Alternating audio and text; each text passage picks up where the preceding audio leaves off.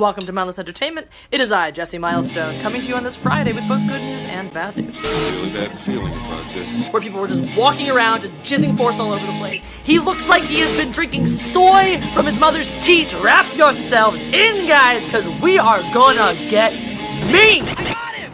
Great kid! Don't get cocky! Welcome to Mindless Entertainment. My name is Jesse Milestone. I am your God Empress for the evening. And every day, I'm always your God Empress, but I'm only here this evening. This is not mindless bullshit. This is just mindless entertainment right now. Let me fix that so I don't confuse everyone. It must be really confusing for you. You're like, wait, there's only one person there. Jeff is in the other room still doing the high council. He's not here and part of this. Correct. You're very astute. Your observation skills are unparalleled. Second to none. Why are we here and what are we doing? I don't know. I'm just going to talk and yell. I was playing music on Live It because it's what I do on Live It. It's way more fun than this, but I also like to yell and rant still, so come here for that, I guess. It's just me right now, unless Kim decides to wander out and join in, and until Jeff ends the High Council and decides to also do the same. Until then, it's just me and the couch. I decided to be comfortable today because I have that God-given fucking right when I want to be.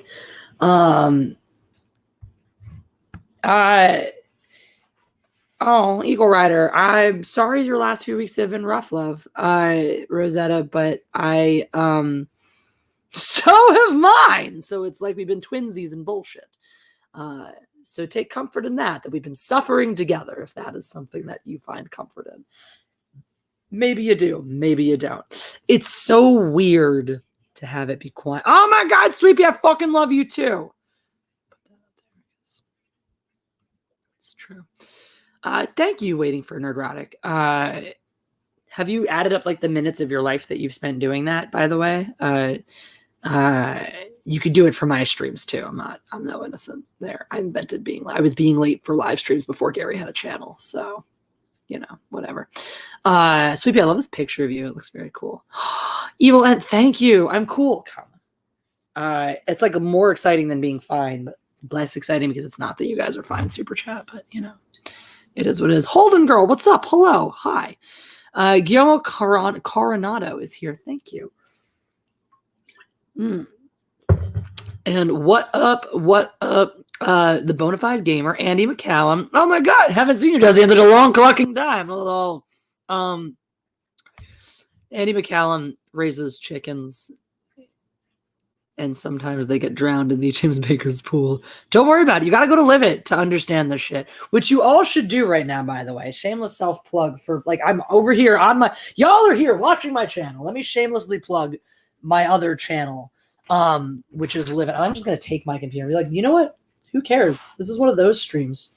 This is not like a sit down and talk about the state of Star Wars streams. This is a Jessie Gets Weird and talks about what the fuck she wants to talk about streams. I put Ask Me Anything in there because, like, do it. I don't know.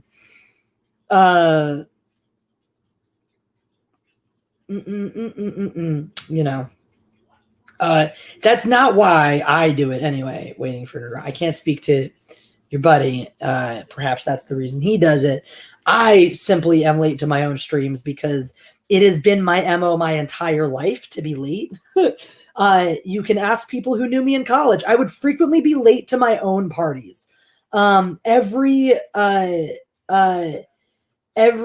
Orgy Friday, everyone knew Fridays was Orgy Fridays. Orgy Fridays started at, what do we do, 10 o'clock usually? Orgy Fridays started at 10 p.m. In my room. And everybody knew that that's when Orgy Fridays started. Sorry, I'm like setting up the back of house, letting the internet know that this is not for kids. Thank you for the super sticker from Vicious Archon. It's a Shiba Inu. How's it going? It's going good. I have a new bed. I slept most of today because I was not feeling good. It's actually not going good. It's going better now that I've slept this much. But a part of why I slept and felt crappy is because my grandma's dying. The one that's been dying since last year, yes. So huzzah that she's lived this long. fuck me that I still haven't been able to see her in that time. And now it looks like, I was going to be going out to see her at the end of this month. But it looks like I'm not going to get the chance. So that sucks monkey balls. So that's where I'm at and why I, didn't bother to like book a show with guests or care about Star Wars today. Thank you, Sweet Pea. I love you. Just here to have a fucking stream. Here to take the gloves off and just talk about whatever. This thing keeps coming up, so I'll get in. If nobody prompts me onto something else, I will dive into things myself.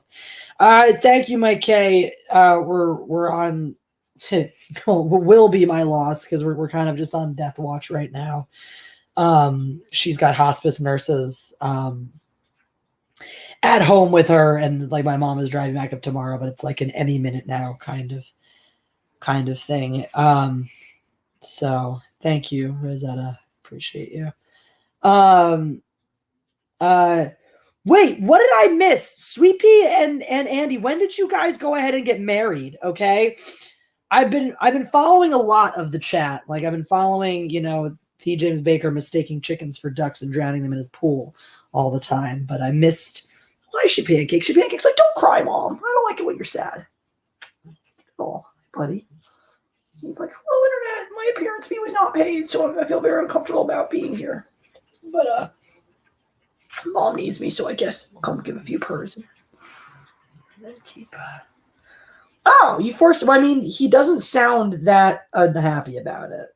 Like, he seemed like he went along with it pretty quickly. Oh, pancake, you're so cute. You're being such a you. Wow. I don't know how this one got highlighted. Probably Pancake's fault, but I'm glad that it did. Thank you, Evil End. So just want to clarify, Grandma is not dead yet, but she is in that place of like hospice nurses are at her bedside, and I'm just waiting for a phone call. So,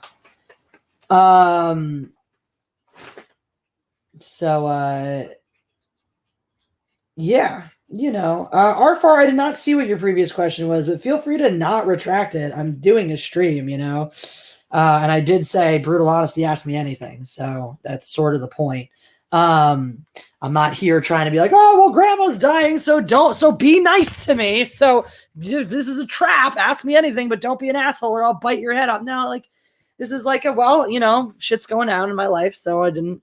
This is the kind of stream I want to have. I want to have a stream, an uncensored, just fucking talk about whatever. Like, please, if there are douchey things you want to ask, then please ask them, because I would love to go on some crazy epic rants right now. Futurama, I am my own grandpa. That was a poem. That was a poem that was written. It's weird. It was a really bizarre poem about about a family tree, and have somebody divorced and married and remarried and this and that and the other and what have you. And at the end of it, he becomes his own grandpa. I should pancake. I hear you purring. Oh, Greg Kirby really wants to know what's with the boxes. Hi. Hold on. Pancake demands my attention first. I'll be back with you guys in a moment. Hi, buddy. This guy is my everything. He is just so fucking cute. I don't know how to explain this cat to you. He's not a cat. He's something else. Mongoose. He is a mongoose. I do think part of it. Hi.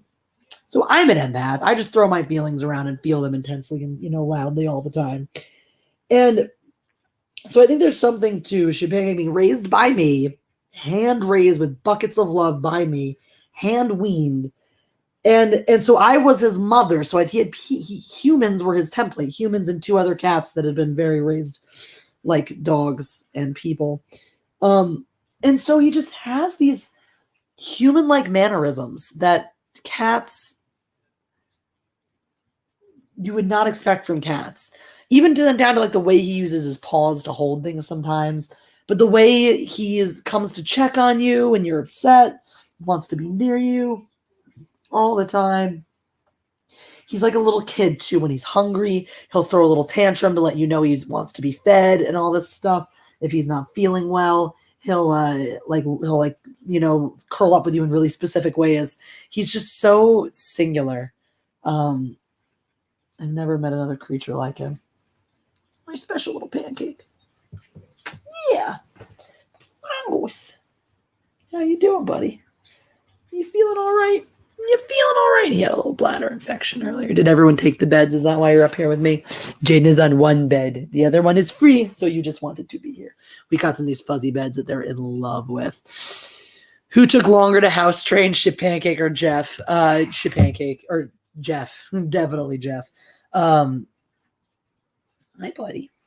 Moose. Moose. Ship Pancake's good. Oh, the boxes. Right. I'm answering your question with the boxes, Greg Kirby.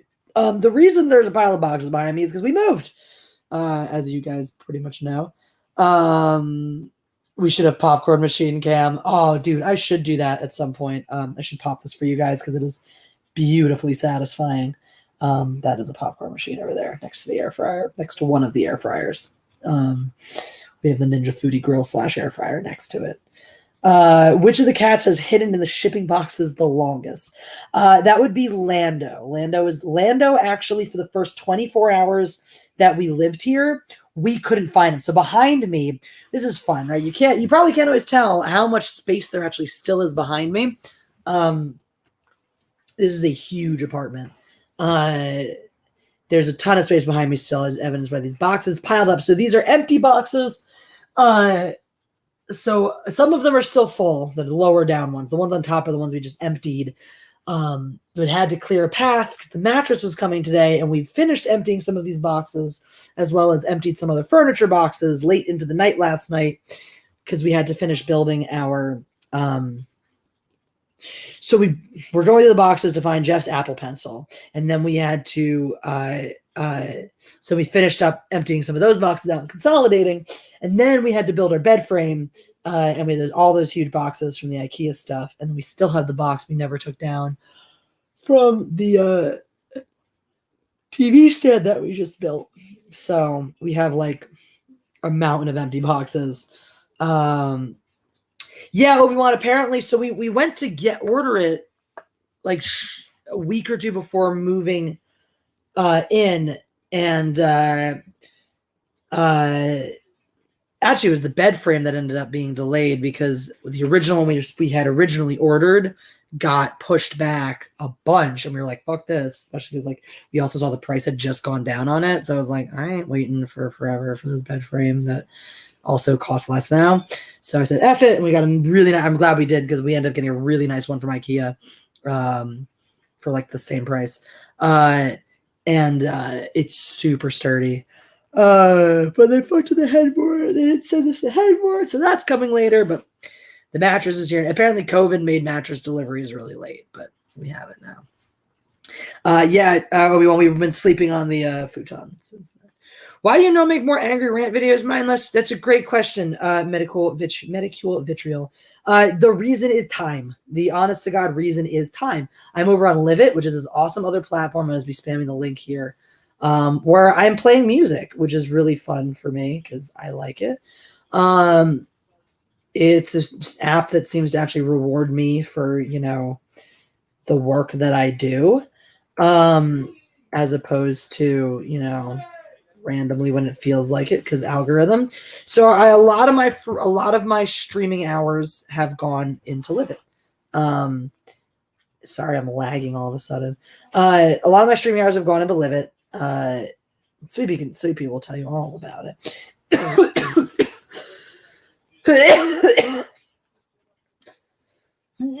Excuse that. And then on top of that, I'm working on opening a fencing club, and we just moved apartments. So that simply has not allowed for a lot of time, excuse me, to make the rant videos when they come to me. Because they do. They still pop into my head. I'm like, I should make a video on this, and then I don't.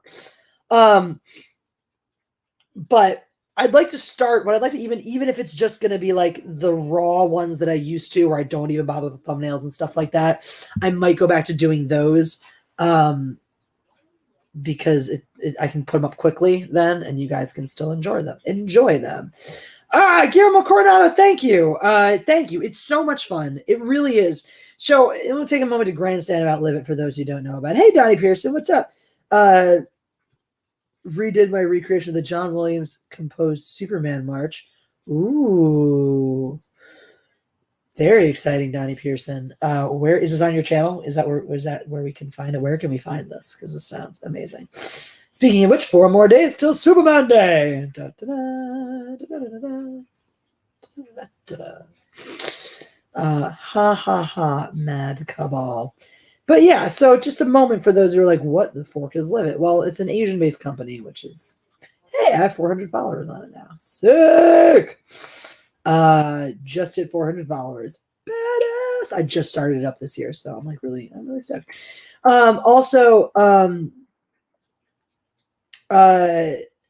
The Bonafide Gamer, the answer to this question is let's find out, her and I in person, hopefully sometime this month.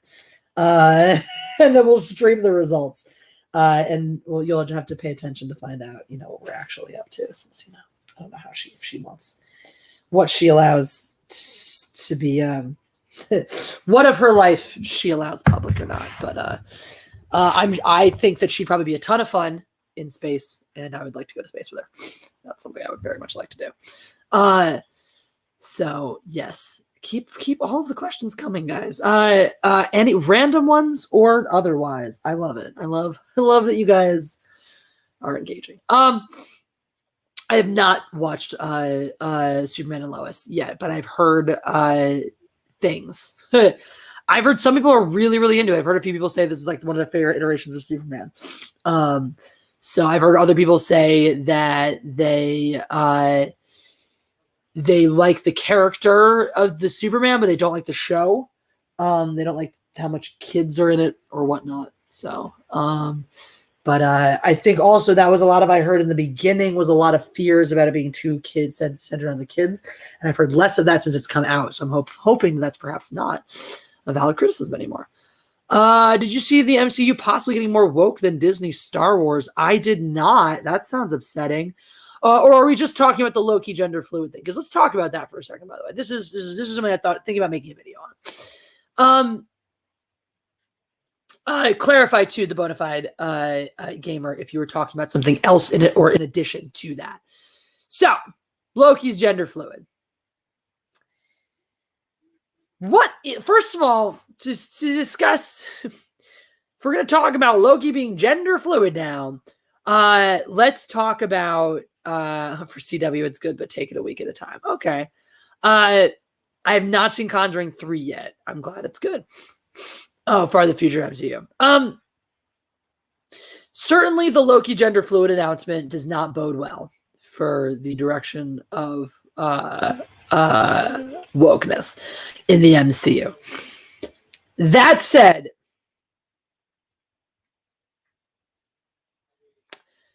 I trying to think how to phrase this, right? Because I'm bothered by this. I am bothered by this a lot, but for a very specific reason. And it's the virtue signal is the reason, right? Making Loki a gender fluid character is not that batshit. Like, if you just don't say anything about it and you leave him as a character who like sometimes turns into a woman and it's never addressed who he likes, he can easily become one of those pansexual style Jack Harkness characters, right? Let's not joke here. And this is again why it becomes bullshit sometimes to be like, you guys are just these istophobic fans. Well, okay, a lot of us are Doctor Who fans, and did you see us bitching about Jack Harkness? No. Jack Harkness is a perfect example of how to include a non-traditional a character with a non-traditional sexual identity in a way that is not forced, heavy-handed, or virtue signaling, right?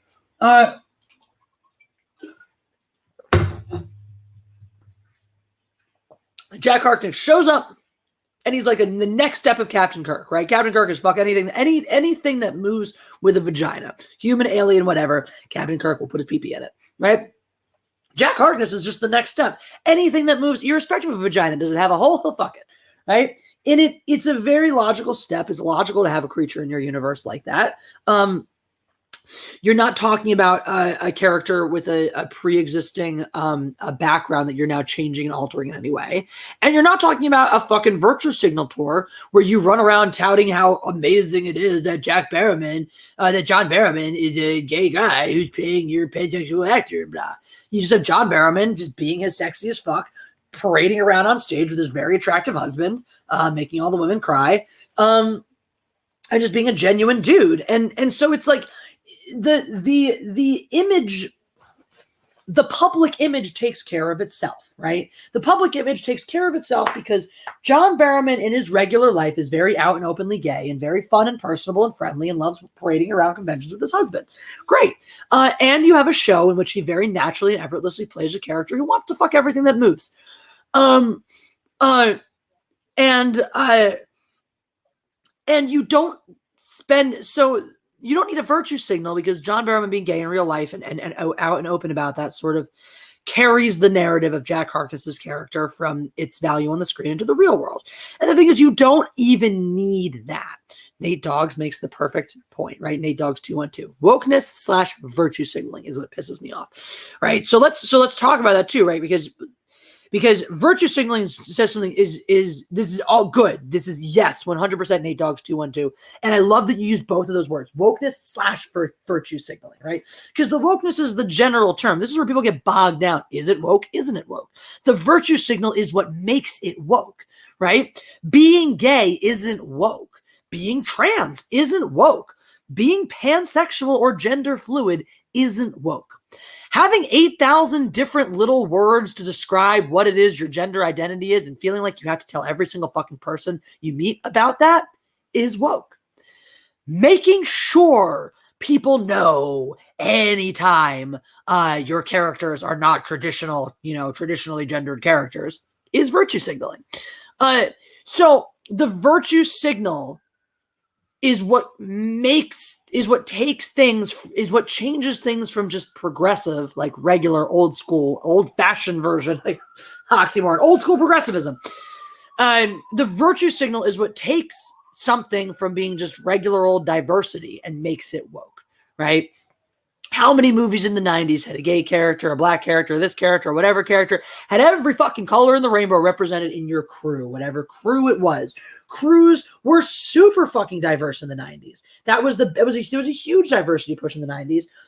There was a huge effort put into diversifying the playing field, and it was great, and it wasn't fucking woke because you just expected every time you turn on a show you were going to have, we joked about the token characters and this and that, and that's where it started. It started with tokenization, right? But then people got used to it, became normal, became more prevalent. That's how change happens. Tokenization, it's not really right. It's kind of just another version of racism. But hey, the more people tokenize characters in TV shows, the more people start to feel that uncomfortable. You tokenized that character. So I'm glad we're seeing these black characters, but they're completely tokenized. They're completely just used as a stereotype, and that makes everyone really uncomfortable. I guess we should start to just write them in like regular people. And that's what we did. And now what do we have? Now we have tokenizing again. See, Greg Kirby is just a problem. Just because I'm discussing wokeness, I am now woke. This is exactly how this shit goes down too. You joke, but you're not wrong. You're not wrong. This is exactly. Oh, you're having a discussion about wokeness, so you must be woke then because you're caring about it. No, I'm fighting against it. I'm fighting against this shit. Because exactly is what you have now, the virtue signal, right? Let's call it what it is. Fuck virtue signal. You're tokenizing, right? I'm going to start calling it that. I'm not even going to call it virtue signaling now when I call people out for this shit anymore. I'm going to call it what it is. You are tokenizing minority groups when you do this shit. Right? Oh, look at Loki. He's our gender fluid character. Thanks for tokenizing gender fluidism. Fluidity. I don't even know how to. Gender fluidity? Question mark. I don't know. You are tokenizing gender fluidity now. You are now saying that being gender fluid is something we get to put into a package and plaster on a headline and force Tom Hiddleston to talk about in the fucking press junket. As opposed to something that can just be, right? Gender fluid is the easiest fucking one. It doesn't even need a goddamn term. I'm mad there is a term for gender fluid. Why? Because my entire life since I was a kid, some days I wake up and I put on more boys looking clothes. Some days I wake up and I put on more girls looking clothes. Some days I don't want to wear makeup and I actually feel a little more masculine. I don't want to be called a guy or have my pronouns change or anything like that. But there are days I do wake up and I'm like, I don't feel girly today. I feel a little tougher. I feel a little more rugged. I want to dress in a way that reflects that. I want to act in a way today that reflects that. There are other days where I want to put on lipstick and a dress. And I want to be very, very girly and cutesy and delicate and taken care of and act in a way that reflects that and dress in a way that reflects that. And you know what I've done my entire fucking life? I have woken up, and in the days that I felt like dressing a little more masculine and not wearing makeup, I've gone out in the world dressed exactly like that. And in the days where I felt like doing myself up and looking a little more girly, I have gone out into the world exactly like that. Have I had moments? Have I had moments of questioning where my identity fits in the world like that? Sure, of course. Of course I've had moments growing up feeling like, example I always use is seeing one of my dogs, seeing one of our Newfoundlands next to like a golden retriever. Golden retrievers look like these big, doofy, fluffy dogs and all that stuff. But if you see a Newfoundland next to it, a Newfoundland looks like a bigger, fluffier, doofier dog. So you put him next to a golden retriever. That golden retriever now looks small, sleek, and super put together, right? I would feel that way. I had a bunch of friends who were like small, petite girls. I always had muscles. I was an athlete and all that stuff.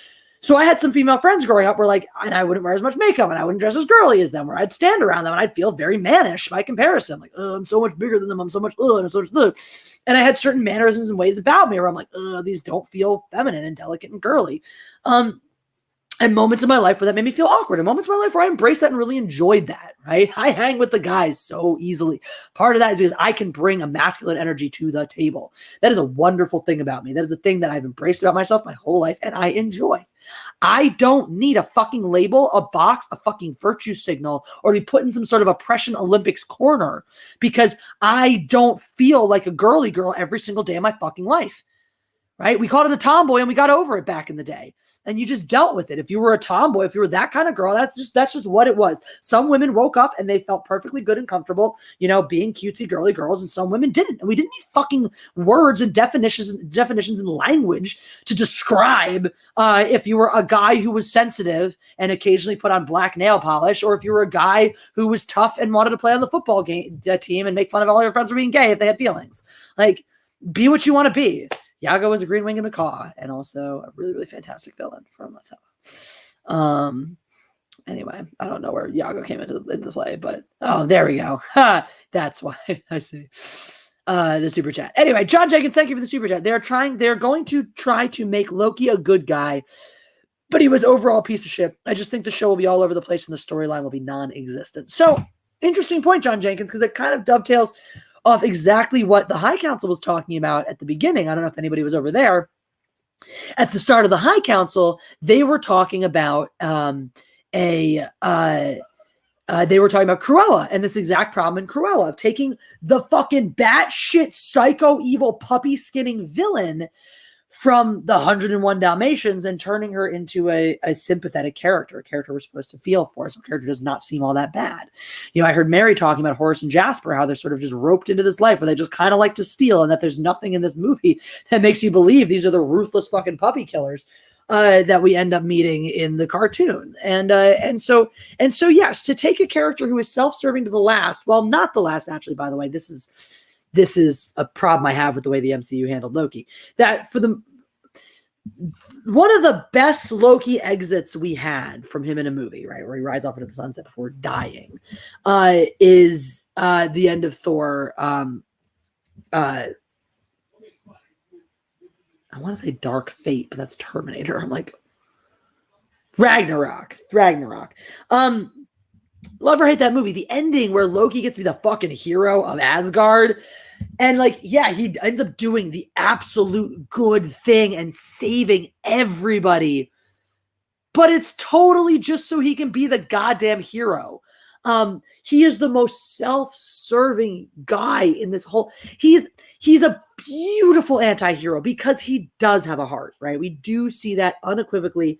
Him relent or back down or not be as ruthless as, say, a Thanos type. Because he does at the end of the day, he's not completely cold and ruthless, but he's a villain. He is unequivocally a villain. You know what's funny, by the way? I had this conversation with Jeremy once. I had a long conversation on the phone. for some reason it comes up where he was like, well, Loki's not a villain. And I'm like, yeah, he is actually. He's a really, really good villain. I get hot for good villains and stuff. This is the thing I used to talk about how much I enjoy Loki because he's the great villain. And Jeremy was like, well, Loki's not a villain. I'm like, yes, he fucking is. And he's like, no, he's not. And I'm like, well, first of all, I know he's a villain because my libido goes, like I have a villain meter. It's called my pants, and they get wet when good villainy happens in front of me. So yes, Loki is a good villain by that very indisputable metric alone. But beyond that,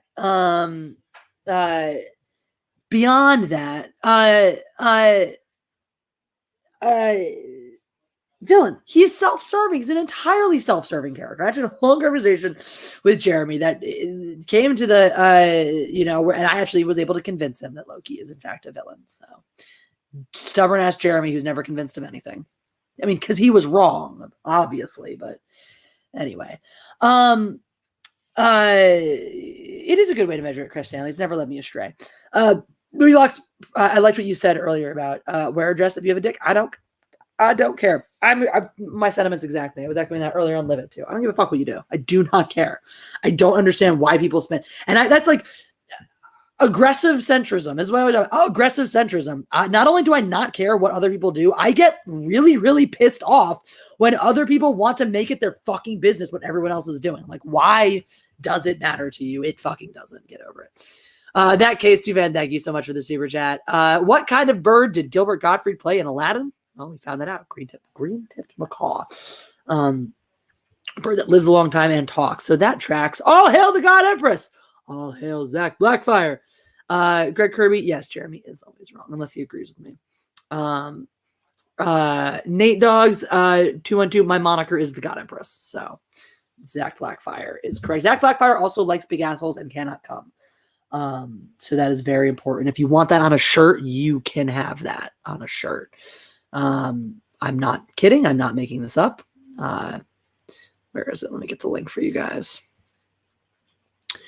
I still need to get oh, yes. Now I can get mine. I was waiting because they take a long time to ship and I didn't want it shipped to the old place.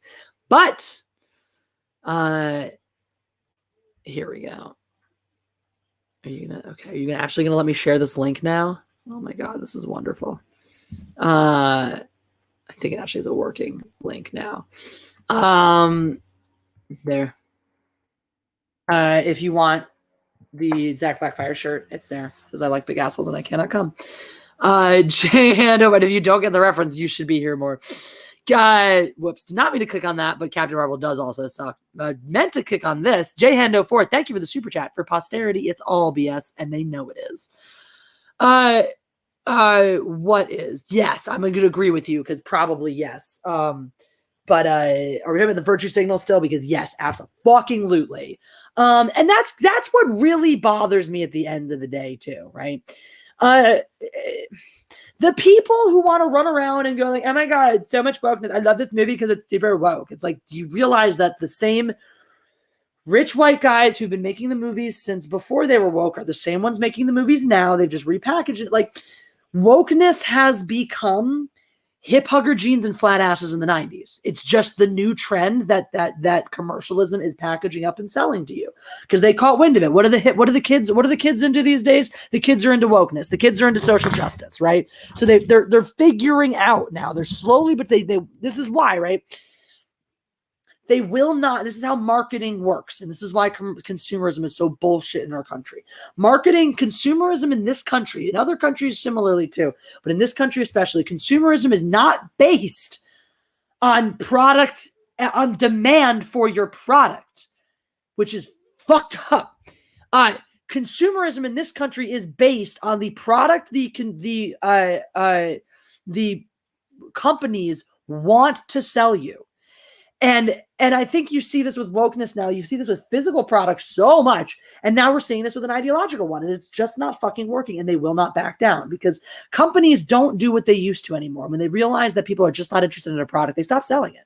That's what they used to do. No, information now is so cheap to manipulate, that it's so much easier and more valuable as a corporation or a company to sell you something you don't want rather than to go back to the drawing board and create something you do want.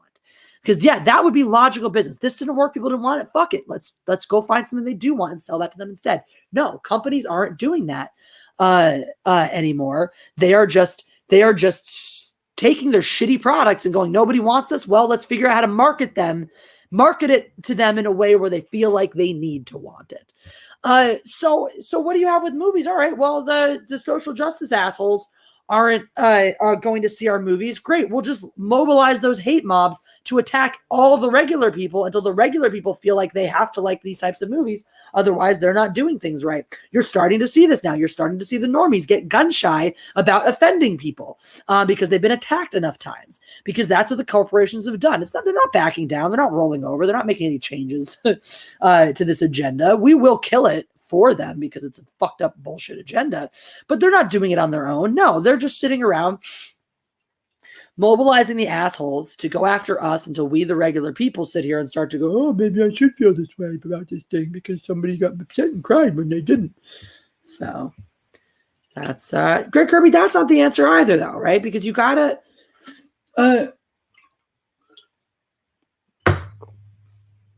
if you throw in the towel and you refuse to engage, and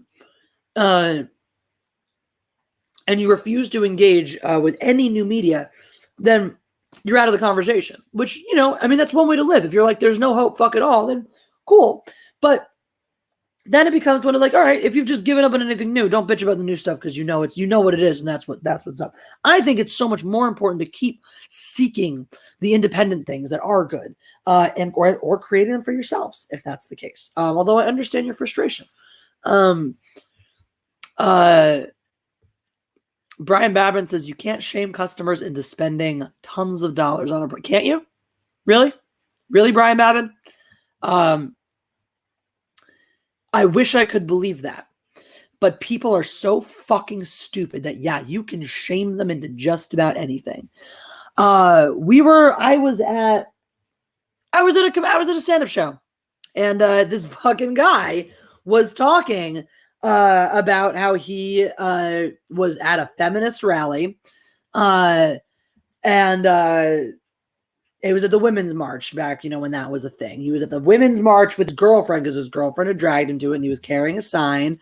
And he was clearly not as into it as everyone else there because he was sitting here on stage making very callous jokes about it, which is cool. It's great. But, so he's there marching with his sign because his girlfriend wants him to. And he's holding the sign about, white men are the devil or some shit. And he's like, this is retarded. As a white man, he's sitting there like, obviously I don't believe this, Hey, 69 people watching, dude. And then he's like, and I saw another guy holding a sign with an arrow pointing at him that said, this is what a feminist looks like. And he's like, and I made eye contact with this dude, and he looked at me, and he looked at the sign, and he went. So right there's two guys who were shamed into going to a fucking women's march, right? That's not hundreds of dollars, but that's time. My time is worth hundreds of dollars. My time is priced at $1 a minute. So if you want me for more than an hour and 40 minutes, my time is worth more than $100.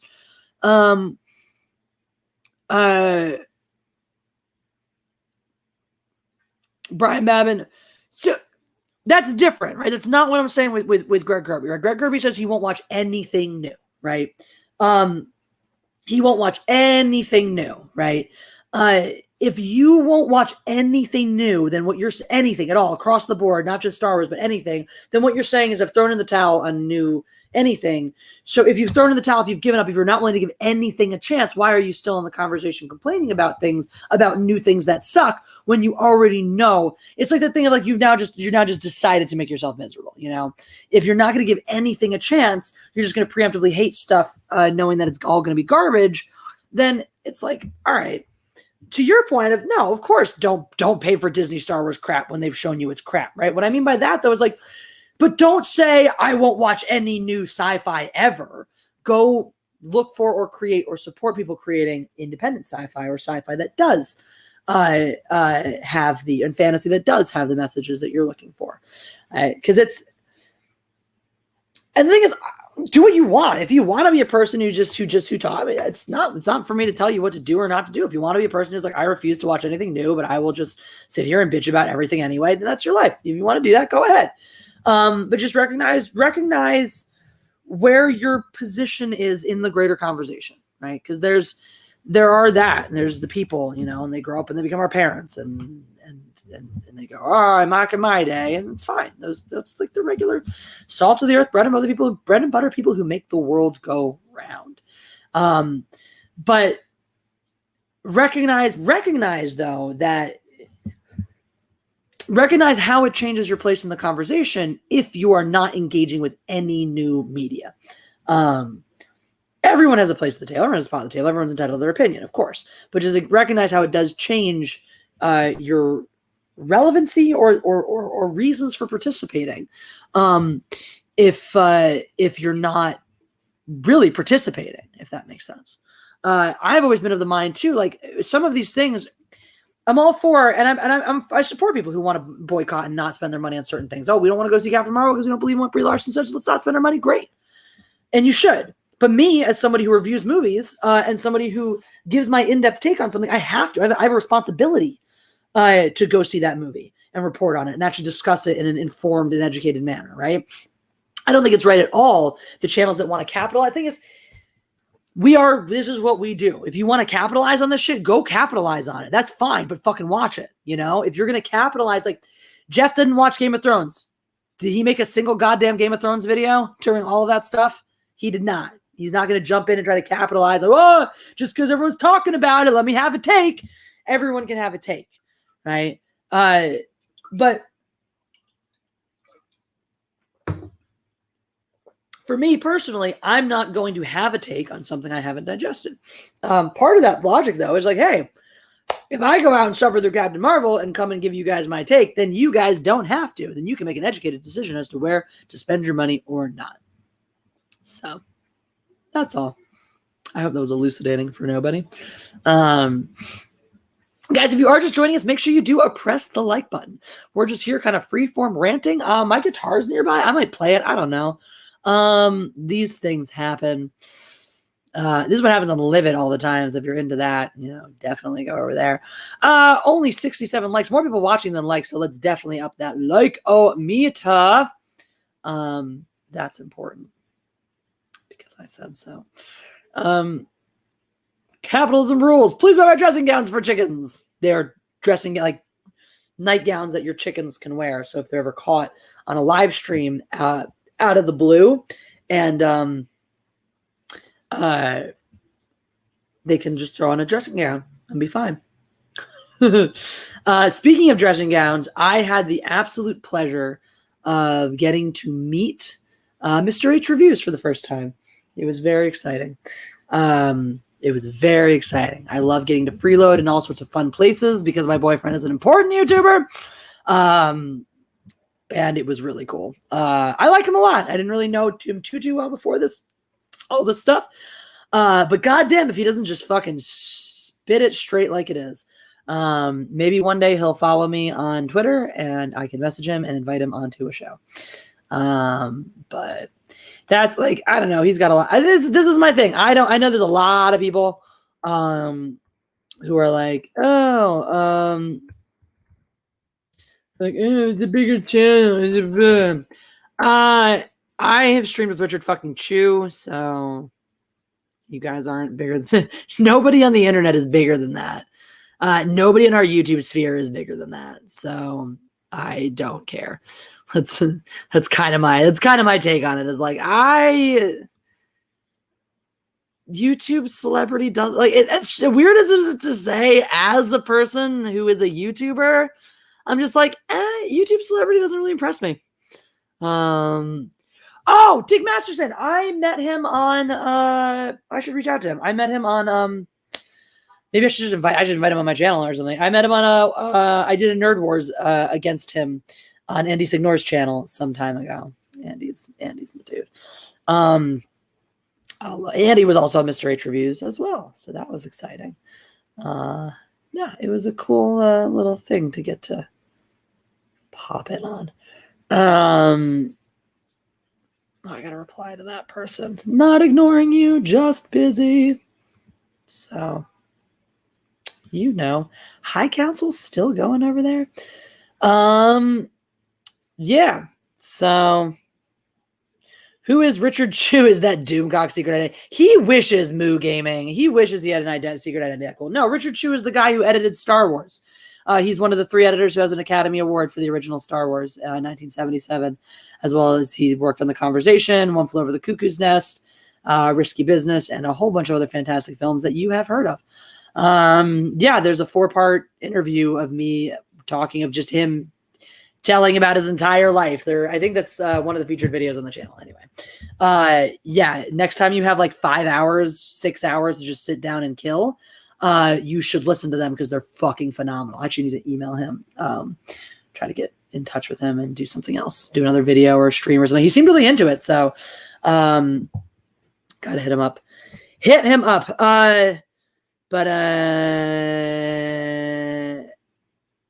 Lucas was the one who fired everyone. No, Moo Gaming. No. No. So you had Richard. No, he fired the original person. So the original guy who was just not that great is who then Richard came and took over from. And Richard was tasked with the first half-ish or act 1. And then Martha was working, Marsha was working on the second act, and then she was working on a lot of the trench run and stuff like that. And then what's his face? Blanking on his name. The third guy who did the bulk of the work came in late in the process, but then ended up sticking on it. He was the guy who brought it all together and then tied it through to the end. So you guys, why did you say that name? Sorry. So Marsha Lucas, Richard Chu, and why is everyone really mad at me right now? Whose name did I? Whose name is everyone mad at me for saying?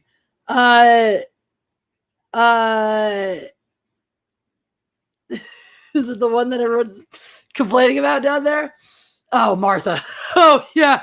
Why did you say that? Sorry. I was like, now it all makes sense why everyone's going, why did you say that name? I was like, Marsha? Do we hate the Brady much? Oh, no, I accidentally said it there. Now it all makes sense. I just forgot I made the faux pas for a second. I was like, why is everyone yelling at me? Oh, because I said Martha. Now it makes sense. But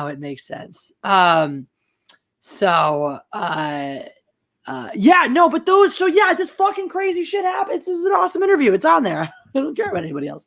I'm like, oh, that's so great. You think you're important. I don't care. Stop asking me. This is, I think, the part of it too. It's like, this is where it started, where it's bugged me a lot, is I have lived in LA now for, it'll be 7 years in September, and in various circles. I have friends.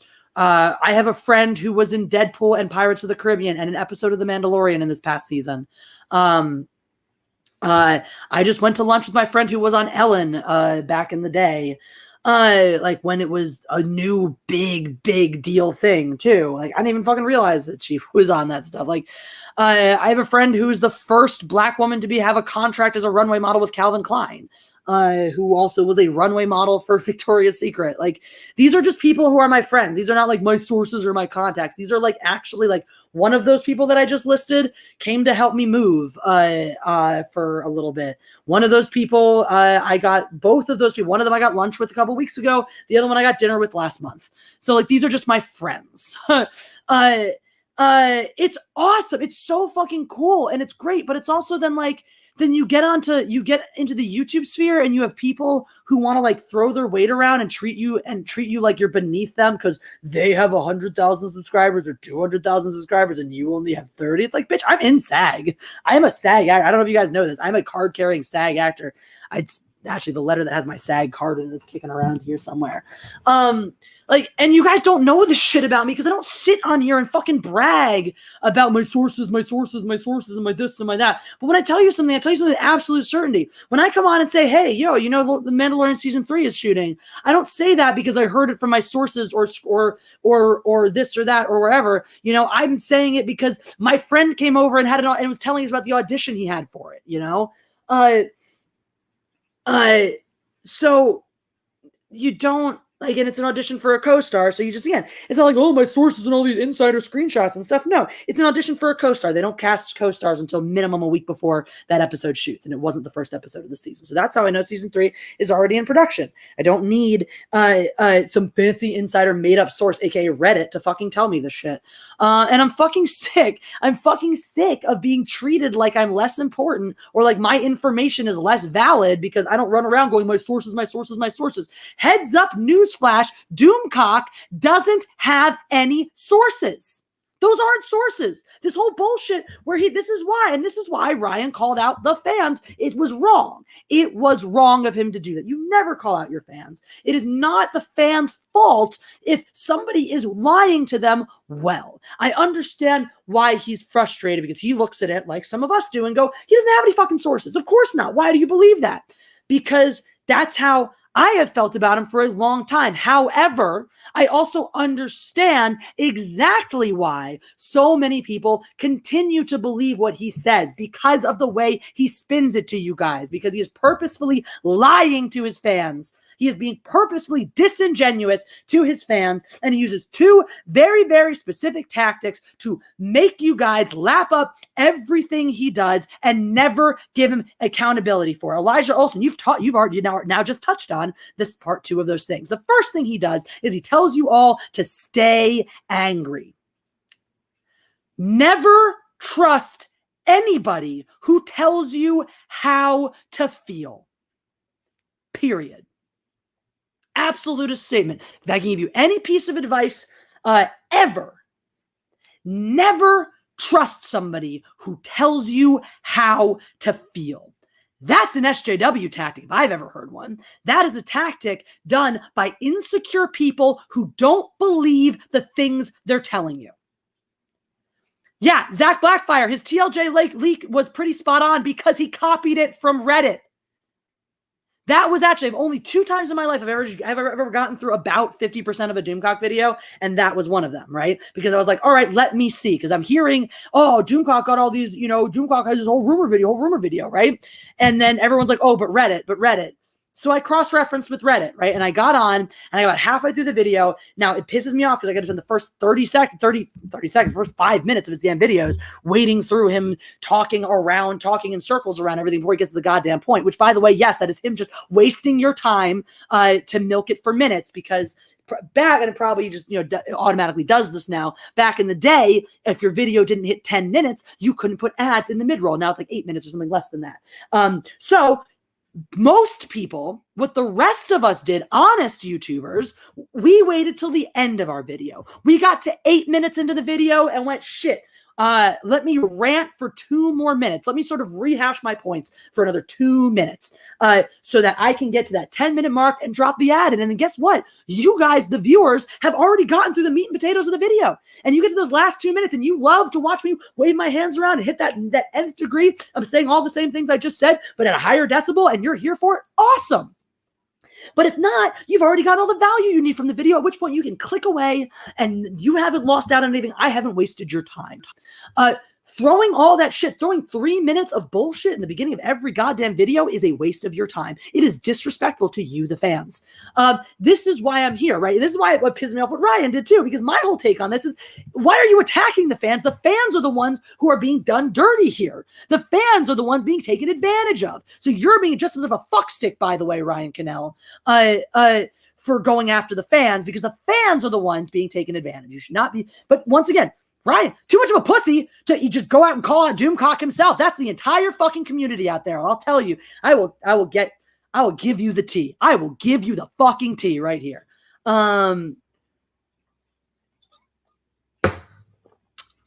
But first, finishing on why Doomcock is full of shit. Have How is anything Debunking is saying inconsistent with reality? It's not like he's Mike Zero. Oh, so I'm getting that part, right? So the stay angry part is the beginning part. Stay angry. He wants to tell you how to feel, right? Stay angry. You're supposed to stay angry. Do you believe in your overlord? Well, great. Then you follow him anywhere. Great. Well, he said to stay angry, so you have to stay angry. Awesome. Now that you're already primed, it is the easiest thing in the world. He's already got you at a baseline of angry. You tune into a Doomcock video, your mindset is angry. Why? Because every fucking time he tells you to stay angry, so you are primed and prepped to be angry every time you go watch one of his videos. Therefore, it is incredibly easy for him to direct your outrage anywhere he wants it. That's part one. Part one, he has now created a susceptible fan base that is now, he has now created a fan base that is more susceptible to be lied to because of his own disingenuous actions. And now here's the part, right? He, once again, sorry, just breathing my coconut pulp onto you. He does not have sources. There are no sources, okay? This is the problem. This is the problem. Because, and I will tell you how I know eventually after I explain why it's a problem. Because, so obviously it is a problem that he doesn't have sources, because he is just making up sources and then lying to you. He is making up lies. He gets his lies from other people's content. He steals, he goes to Reddit, he mines Reddit, he goes finds articles like We Got This Covered, tiny little bullshit blogs effectively that don't have any fact-based reporting to them whatsoever, and he mines that. You can go back. You don't have to take my word for it. This is the thing. You don't have to take my word for it. You never have to take my word for it, because I will never just tell you guys random shit and expect you to believe me. I will always back it up or give you the place you can find it. Or if I cannot do either of those things, I will not ask you to take my word for it. You can go mine this shit yourself. Go back in time. Look for keywords. You can Google search this around dates, right? Look at a Doomcock rumor. It's something where Doomcock broke the news, right? This was his rumor. Oh my God, one of these big time ones that really, it's pushed him forward and whatnot. Now go online and search with keywords. Search with keywords for that same information. Guarantee you, in about a 2 to 4 week window prior to Doomcock's rumor, there will be a small YouTuber or a small publication, a Reddit thread, positing the same idea. Doomcock reads this, goes, ooh, look at this retarded fan theory that has no validity to it whatsoever, but man, are the fans eating it up. If I tell everybody that these are my sources, then they will believe that this is true, and they will love me for it, and they will come here for it, right? That is bullshit. I think we can all agree that that's what's happening, right? To anyone who's still, if I am right and Doomcock doesn't have sources and he is just making this up and telling you guys take it with a grain of salt, my sources said, then he is just being a liar. Then he's just being a lying liar face and a complete asshole and fucking lying straight to you guys and expecting you to believe it. And yes, is being a Mike Zero, because my sources, my sources, but you don't have sources. If you're claiming your sources told you these things, but you do not have sources, you are being a lying sack of shit. Yes, we can all agree with that. Sure. Mean words, the culture he speaks to at Lucasfilm, sure. You mean like the fact that people don't respect each other and all that? Sure. But this bullshit about an internal civil war and Jon Favreau and Kathleen Kennedy at each other's throats, God, I hated having to fucking debunk that every fucking week. But the thing is, the fact that there's tension inside of Lucasfilm, a moron can deduce this by reading mainstream media. He doesn't tell you news. So here's why, without digging deep. So again, you can go back and vet this, see if I'm wrong, right? All of his sources you can mine publicly. 2 of them are mine. 2 of them are my videos.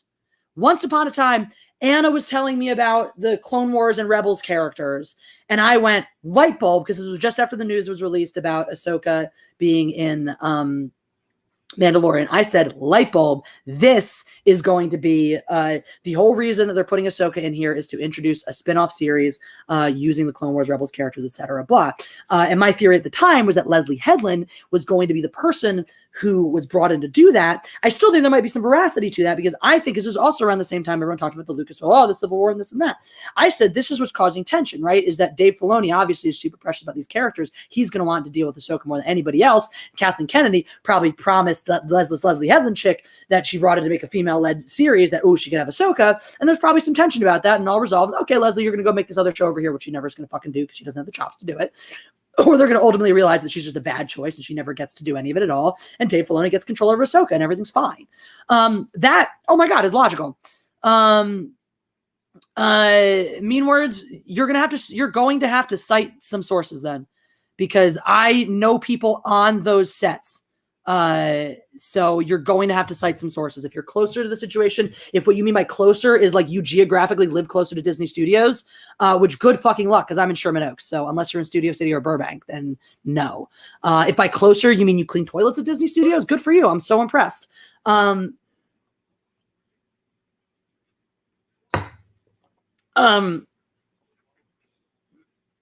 So great. So there you go. You physically live closer. Good job. That doesn't mean anything without, once again, see, this is the kind of shit. I am happy to explain to you why I know the things I know and can do so without doxing anybody. This is why Doomcock is full of shit and doesn't have sources. He has never discussed his sources in a way that sounds like they're real. He has never given any information that isn't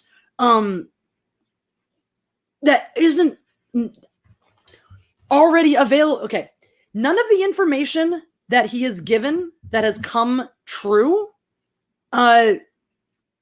is secret. None of the information that is super exclusive is true, if that makes sense. See, this is why it's all bullshit, though, mean words, and why you're probably just a Doomcock disciple or Doomcock himself coming here, trying to prove why you're right. He's not supposed to. I know the sort. No, this is the bullshit. It doesn't work on me. Your Jedi mind tricks do not work here. Arfar, Tom Connors, and Midnight's Edge is not any different. They, in fact, are a big part of the problem. That is the reason that I was here calling out Tom Connors weeks ago. Not because I'm worried that he's mean to people who work with him and shit like that. But if you listen to the things I had to say, the problems I have with Tom are that, yeah, he not only does he spew bullshit, but he also thinks he has the right to control what other people say. This is a problem. He is one of the biggest, worst people about furthering the bullshit Doomcock rumors.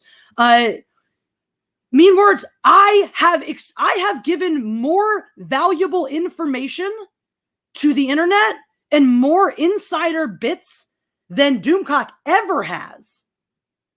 And I have done so while protecting my valuable secret sources and revealing the ones that are not so sensitive.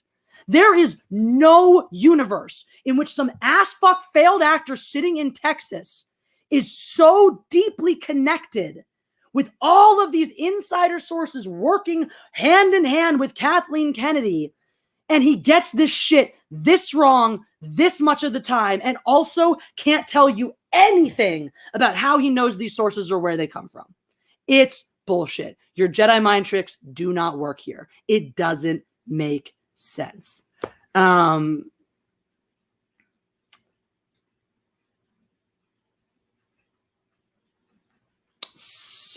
Peter Rottentail's all butthurt now. Mindless Edge has interviewed tons of people and knows tons of people. Lol, you're just jealous. Once again, I have the biggest interview of anyone in our niche.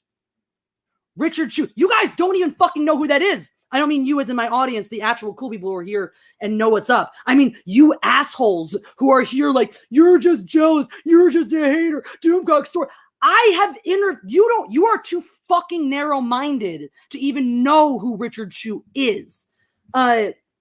No, Nitrium. From what I understand, Doomcock was in a shitty independent film here or there and never made it, and that's why he does all his little puppets and voices, because he's a fucking failed actor.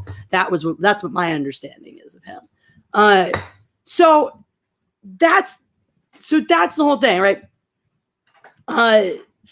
No, Chris Canmore. No, see, this is a problem. This is why it's not. Everyone just goes in for entertainment. No, because Tom fucking Connors and Midnight's Edge and them go around the entire fucking YouTube sphere and want to bully everybody who talks the wrong things or doesn't talk YouTube or doesn't talk Doomcock rumors. Because Tom doesn't even fucking stream and wants to promote because they peddle in Doomcock rumors because yeah, it gets clicks. So they cover Doomcock rumors and then they go to everyone's stream. Everyone knows Tom's on every goddamn stream and Tom shows up on every goddamn stream and wants to be in everyone's stream, peddling his own videos, pushing his own topics, pushing his own rumors and all of that stuff. And it becomes a problem for everybody. Don't talk to me like that.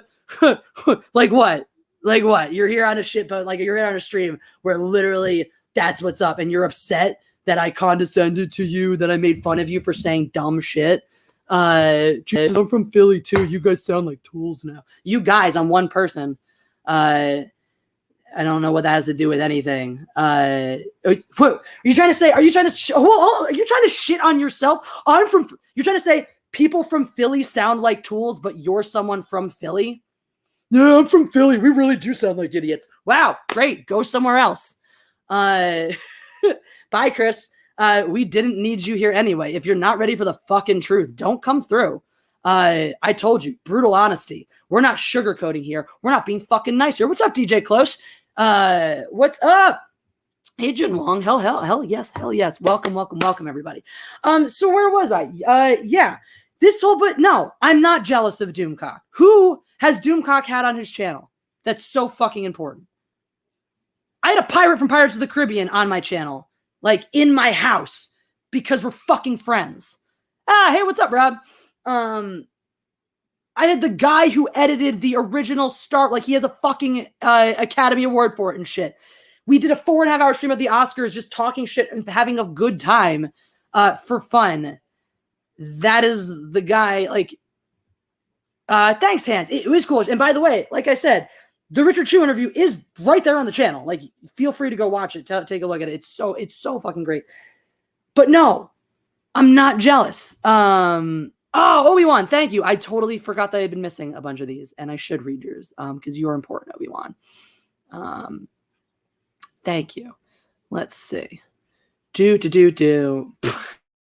All right, is that the, yeah, that's the one I'm missing here. Obi-Wan, thank you so much for the super chat. Says, who is the king of wacky Disney Star Wars unfounded rumors, and why is it Mike Zero? Do we have to have a throwdown now, though? I feel like now I'm wondering. I'll leave this to you guys. Who's worse, or who's more egregious, who's worse, who's more out there? Yeah, Keely Chow, go Birds. Thank you for the eagle. Mike Zero is a hero. I'll let you guys be the judge of that. Who is the winner of the wacky unfounded Star Wars rumor? Does Mike? Of course I'll attack Mike Zero. He's a complete and total fuck. He's the original fuck. But I don't need to attack him right now because we've already forced him into irrelevancy fucking years ago. If anyone out there is still like, oh, Mike Zero, like whining about his shit, like we all debunked him being factual ages ago. All of last year, we just spent all of last year, the rest of us behind closed doors being like, wow, Doomcock's really the new Mike Zero, isn't he? So he's just that.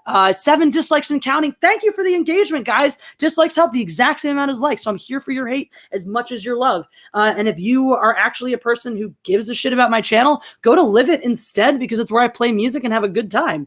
YouTube is where I come to slum around and shitpost. So YouTube's like my new Twitter. So if you're like, why is Jesse so mean? It's because I don't give a shit. It's because I'm not fucking butthurt or jealous or any of this stuff. Like Peter Rottentail thinks. I feel like you're butthurt that you aren't liked, just like Mecha Rando, and you want to cry about it and blame others. I fucking love it.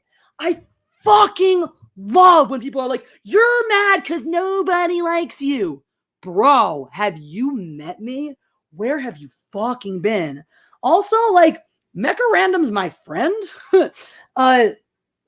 I did not agree with the way she handled her shit publicly during a lot of this, which is why I took some public distance from her. But Mecha Random is still my friend, and if you don't think, if you think she's done showing up on my channel because this stuff and whatever, no.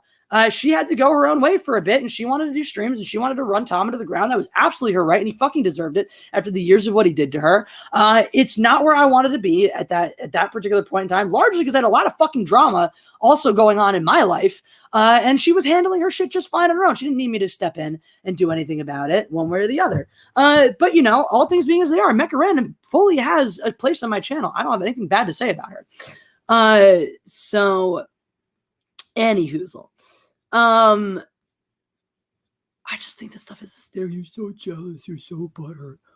Who am I jealous of and why? You guys don't even know my life and what I have and what these people don't. So it's hysterical. It really does tickle me. It tickles me in so many ways when you guys think that. June Wong says, if the world ends next week, will you fight me to the death? Ooh, pistols, high noon on Sunday because I can't beat you at a long swords. All right, June Wong, how is your draw? Because you're definitely, if you are a regular gun user, you're going to have the distinct advantage on that, where you're getting a hold of them down in Australia. So,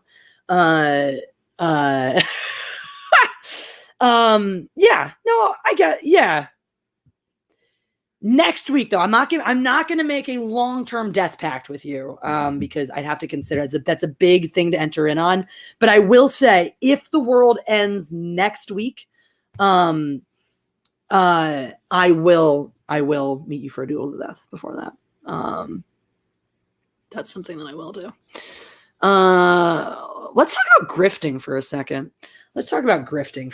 Right? Because this is something that Doomcock actually does, by the way, right? This is what's so fucking funny to me. Is I love people. You're a grifter, Jesse. You're a grifter. I don't sell you anything. I don't even sell you information. I sell you, I'm here to entertain you, the end.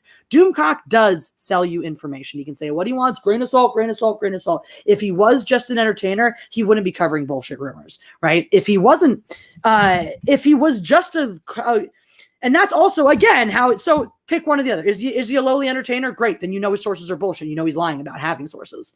He's not protecting anything. He's just lying. Because if he's just, I'm just an entertainer, I'm just here for that. Okay, well, no fucking lowly entertainer has these deeply entrenched, incredible, behind-the-scenes Lucasfilm sources that, by the way, get things wrong so often.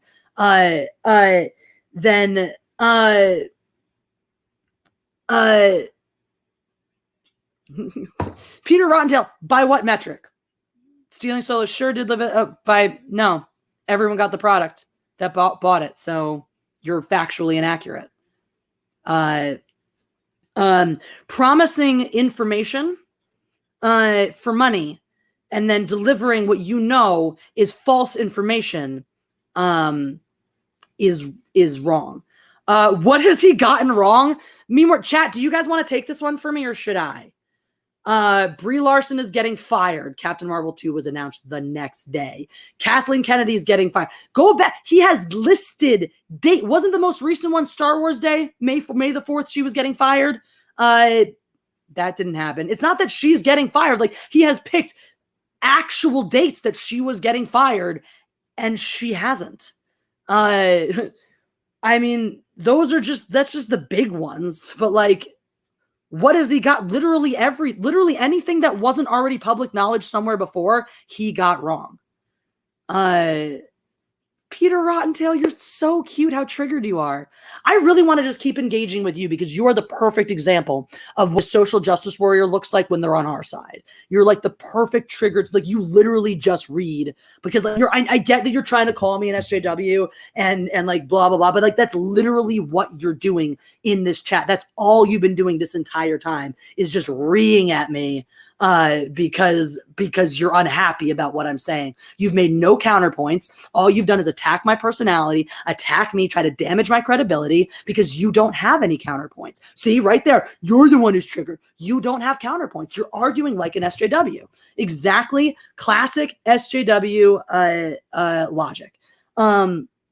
Classic SJW logic right there. I have no counterpoint, therefore I'm going to attack your credibility. I'm going to call you names. I'm going to say you're just this kind of person and this and that and the other. I've read all your idiotic comments, Peter Rottendale, and I've responded to all of them. You haven't made any points. your points, your latest point was stealing stole money.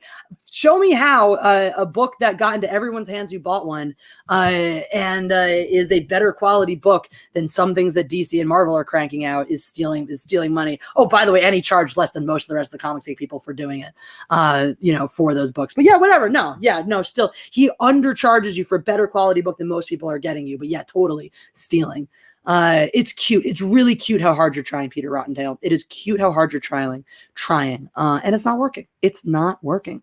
I promised you guys more tea. I was more tea. You ignored my points about Midnight's Edge and name dropping and your non-name dropping BS. I made an entire point. I made like an entire 20-minute point about that.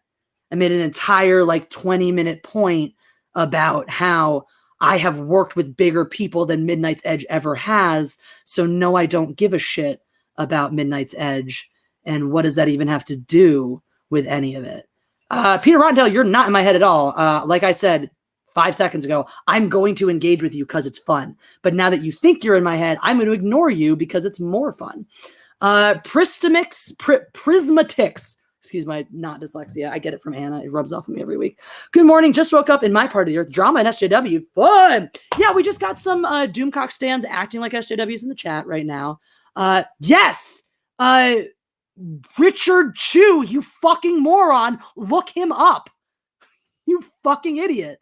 Once again, this is the whole point. You are too fucking stupid to even know who that is and how fucking important he is to Star Wars. So go look up Richard Chu, look up his fucking filmography, and then fucking apologize.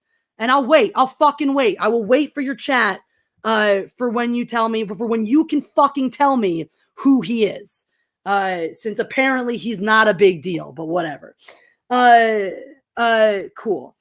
Immortal Dead says, I love the thumbnail for the stream. Jesse looks drunk. Oh, it just grabs a random one then. So here's the trick about me, Immortal Dead Death God. You can try this with any one of my videos. I can't guarantee success, but the success rate is pretty fucking unbelievable. Take one of my videos and just randomly press pause or drag the clicker to any spot. The odds of me being on an unnecessarily stupid face are really, really high. Well, Greg Kirby, that's your problem because I love Anna.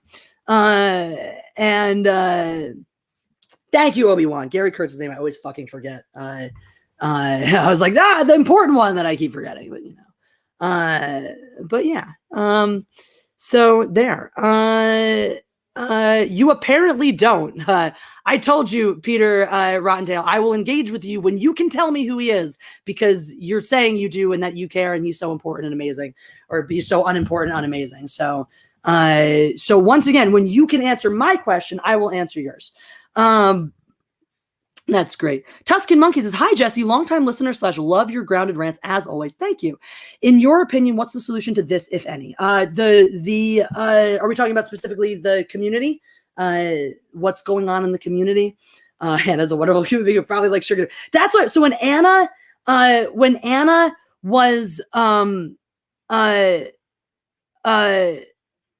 see, this is why I won't talk to you, Peter Rottendale, because you don't think that someone who has an Academy Award for editing Star Wars 1977, also the same person who edited The Conversation, One Flew Over the Cuckoo's Nest, Risky Business, and other pieces of classic cinema isn't a big deal. That's why you don't matter. That's exactly why you don't not matter, Peter Rottendale, and why I'm done talking to you.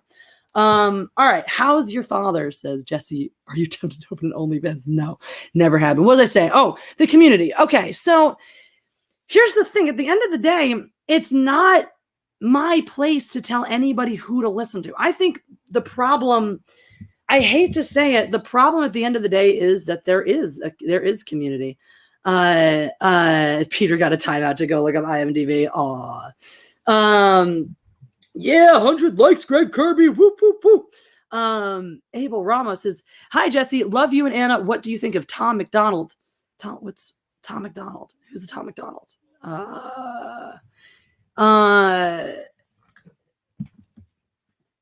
Why am I I feel like that's a name I'm supposed to know, but blanking.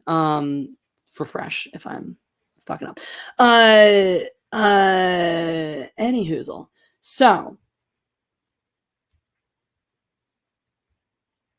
someone said Dick, mean word. I know you. Are you thinking you're the Dick Masterson infiltrator, or is there another Dick Masterson? Because if there's another Dick Masterson infiltrator in here, then that's awesome. But if you're like, I'm the Dick Masterson infiltrator, well, joke's on you. I have streamed with Dick Masterson before, and he's awesome, and we get along. And you don't seem like the kind of person who understands his material at all. Tom McDonald, white rapper of Contra.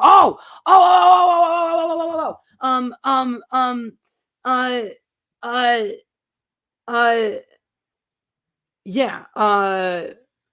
Oh, the person who asked me about my father. Wait, what? Nobody asked me about my father. Someone had that in their name. How is your father is the name. You're so stupid. I love it. Oh, you're a Dick Masterson fan? That's fantastic. If you are in one of his chats, just, let him know that the person that totally should have won the Nerd Wars against him thinks he's awesome. Anyway, no, I'm not calling Doomcock supporters SJWs. Mean words. See, this is you very obviously twisting my words and being an asshole. I'm calling those of you who have come to my chat purposefully to shitpost about how much you love Doomcock and want to suck that big fat doomy cock, and how much you hate me because I don't love your overlord, are acting like SJWs. But mean words, his name isn't tell me about your father, and he didn't say tell me about your father. His username is just how's your father. So you're just no. Okay. Anyway. Okay. Speaking of Dick Masterson, have you streamed with Ethan Ralph? He's a father. Oh wow, fantastic. I've not streamed with him, but that's amazing. I do know that of him. That's fantastic. Do it. Do what Zach says and press the like button and buy the Zach Blackfire shirt because he likes big assholes and he cannot come. And here it is if you want it. I am going to buy one of these myself, actually. Now that I have a new address and don't have to be like, oh my God, Teespring's going to ship like 3 weeks after I ordered it, after I move. I can order these shirts now. How about you do? I will not try to cancel my nerdy home. That's the message of your shit. See, this is where, okay. This is where it also bothers me. Oh, so the tea, right? A lot of creators have disliked Doomcock for a very long time, and they should have had the balls to call him out before this. My solution, the reason why I didn't is because I know people who are more entrenched in different situations than me, and we're like, please don't blow everything up because then we have to deal with it, and we don't want to get involved. And I'm like, well, fine, fuck it. I don't care. I don't care about your stupid drama. I don't care about your stupid world. That's why I've largely, I was getting off on to live it anyway, but that's why I've just sort of, even before I got over on to live it, was moving my channel, just in its own direction. I do what I do. I talk about what I want to talk about. I don't really worry about what other people are doing or saying, because that's just not how I want to live. So it bothered me though, because all these people were being like, oh, I don't want to call out Doomcock. And yeah, it's fucking bullshit. Because I don't want to call out Doomcock because it'll piss off his fans, and they're so like all the hail Doom shots, Doomcock super chats, and this and that and the other. So there, by the way, another way that Doomcock is, stealing your money. Well, he's not personally, he's getting you to give your money away. He is actually enabling other creators to steal your money off of his name, by the way, because there are tons of creators that spent tons of times entertaining, Hail Doomcocks in their chat, not even liking Doomcock himself, knowing that if they entertained a few Hail Doomcocks, it would get all of his fans to super chat Hail Doomcock. And they took that money gladly and happily. You never saw those runs in my chats because I never encouraged it, because I think it's disingenuous for me to purposely distance myself from a creator that I don't want to be associated with and I don't want to stream with, and then embrace that in here. When people brought him up to me and said, oh, you ever stream with him? I said, talk to him if you want that. Once upon a time, when enough people pressured, he reached out to me once to be like, let's do a stream. And I said, okay, I guess. And then he never got back to me. So I was like, well, that just furthers what I know about you, which is that you don't give a shit about me. I don't give a shit about you. Yes, he's definitely that. Chads are. Fleecing is a good word. Fleecing is the right word for what it is. They got my Nerdy Homes Twitter taken down simply because you didn't like Doomcock. Well, that's fucked. I heard she was under attack for this shit, but that's bullshit. Her Twitter got taken down. See this, okay, so again, this is where people doing this are acting like fucking SJWs, right? I'm not saying Doomcock fans are SJWs. No, a lot of Doomcock fans, Doomcock probably has fans that like my shit too. I mean, there's clearly some people in the chat here. I'm not going to call anyone out, put anyone on blast, but I'm seeing some people that I know, that I like, that I respect, who are saying things very, on the line of like, yeah, they still like Doomcock. They still think he's entertaining and all this shit, even if they don't believe his rumors and this, that, and the other. But they're perfectly happy here listening to me have my take on it, understanding that my take does not have one thing whatsoever to do, which is the hilarious part, by the way, and what makes you guys snowflakes, the ones who are crying about it. The ones of you who are crying about it are being snowflakes because one of you earlier was like, oh, you're trying to cancel Doomcock. Have I once told anybody, have I once told a single fucking person here to stop watching Doomcock? No, I just told you he's a lying sack of shit, which is true. That's it. That's all. I ain't canceling anybody. It's just so funny too. You're again, SJW tactics, right? You in the same breath are telling me that I'm doing this because I'm butthurt, that I'm so not relevant, I'm so unimportant, I'm so much less liked and powerful than these other channels. And yet you're also accusing me of canceling these channels in the same fucking breath. So explain that one to me, you snowflake. Explain to me how I'm so sad, pathetic, butthurt, and insignificant. And that's why I'm in here talking about it. But at the same time, I'm just so, powerful that I have the ability to cancel people. This is the same shit people said about Tom. Oh, you're canceling Tom from Midnight's Edge. Midnight's Edge has hundreds of thousands of subscribers. I'm not fucking canceling anybody. I'm living in my own little corner of the world saying, I don't give a shit how big those channels are. They're full of shit. You guys want to keep sucking dick and believing everything they say. I'm not here looking to cancel anybody. Do not mistake that I don't have the capacity to. That is a mistake that a lot of people have made in their lives, though. Jessie doesn't have any power. She doesn't have the ability to actually do these things. Famous last words from a lot of people. Well, that's lucky you were not there, Eye of Sauron, when they came and bombed your house, but it was not right of them to do that. But yeah.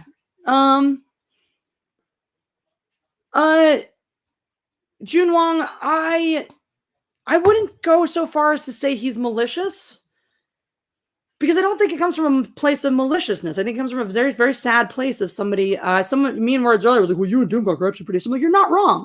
Doomcock wants to be me. Doomcock wants to be able to be as off the cuff and have things fire and like be the satirical, funny actor type person. There's not a lot of us in the niche. Most people are trying to be, entertainers, journalistic entertainers. And that's where Doomcock went very, very wrong, is he spent a long time trying to just be an entertainer, right? And his channel never grew when it was just Doomcock talks about a movie and has his puppets and this and that and shit. He sat at 10,000 subscribers for years. He never grew until he got into the rumor mongering. He only grew, his channel only blew up the way it did because he was on those live streams, the Game of Thrones live streams with Gary. Let's not all misremember history here and all that. This is what happens, right? He rode a failing channel, a channel that never got traction, that couldn't even get the same traction that my pathetic little sad channel that nobody likes got, until he rode Gary's coattails on a hot topic, that being Game of Thrones, because apparently The Last Jedi and Brie Larson weren't hot enough topics for him to get clicks of his own merit. So he rode Game of Thrones to the top, and then he got into the rumor mill because he enjoyed the success. Wow, it was really, really fun to have that many subscribers and that many views. But you know what didn't get those views? His little fucking silly, entertaining, oh, I'm so cute videos. And he wanted the success more than he wanted the integrity of the shit that he made.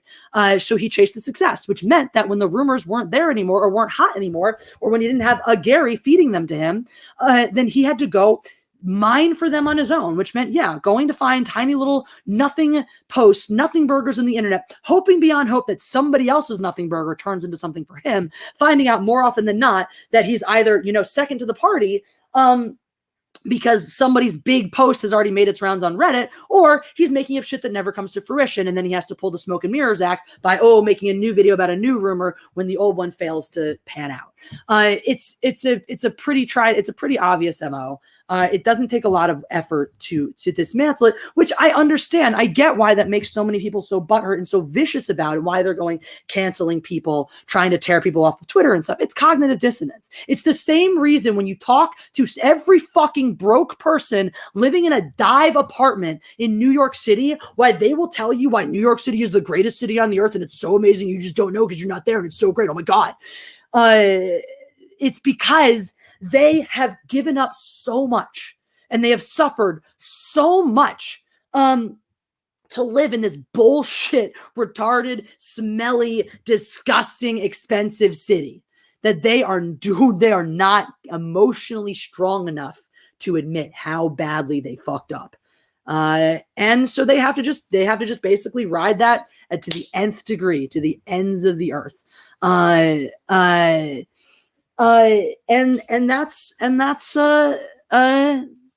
that's what's happening here, right? You have some people who spent hours and hours and hours. These are probably the ones who did believe the rumors, who really got their hopes up about all this Kathleen Kennedy, who probably think that Doomcock is fucking a day away from swooping in and taking over Lucasfilm himself.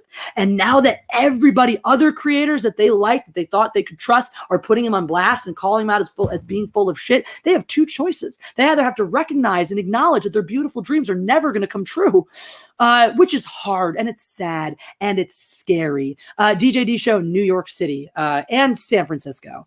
Los Angeles is different. It's actually much more affordable than either of those two places. But no, San Francisco is pretty much the same way. Los Angeles doesn't smell, so hard to type now. Cat controls keyboard. Dude, I have Sauron. It is what it is. The kitty knows best.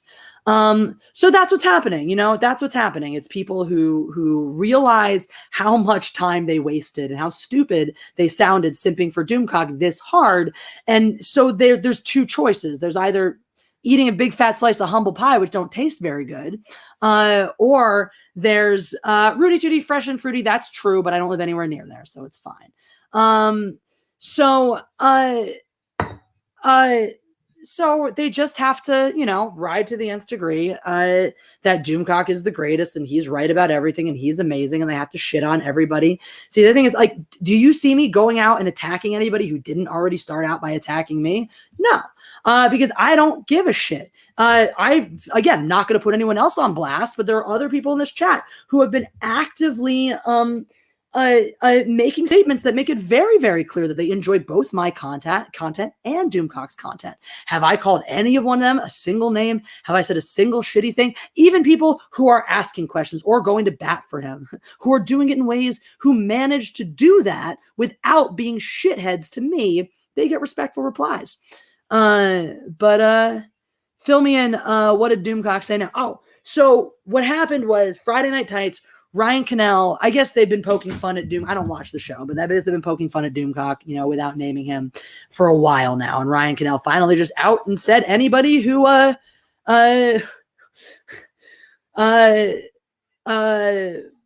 sorry, pizza just appeared at my house and I don't know why. Basically said anybody who believes Doomcock's rumors is a fucking retard or something like that. Nitrium, interesting.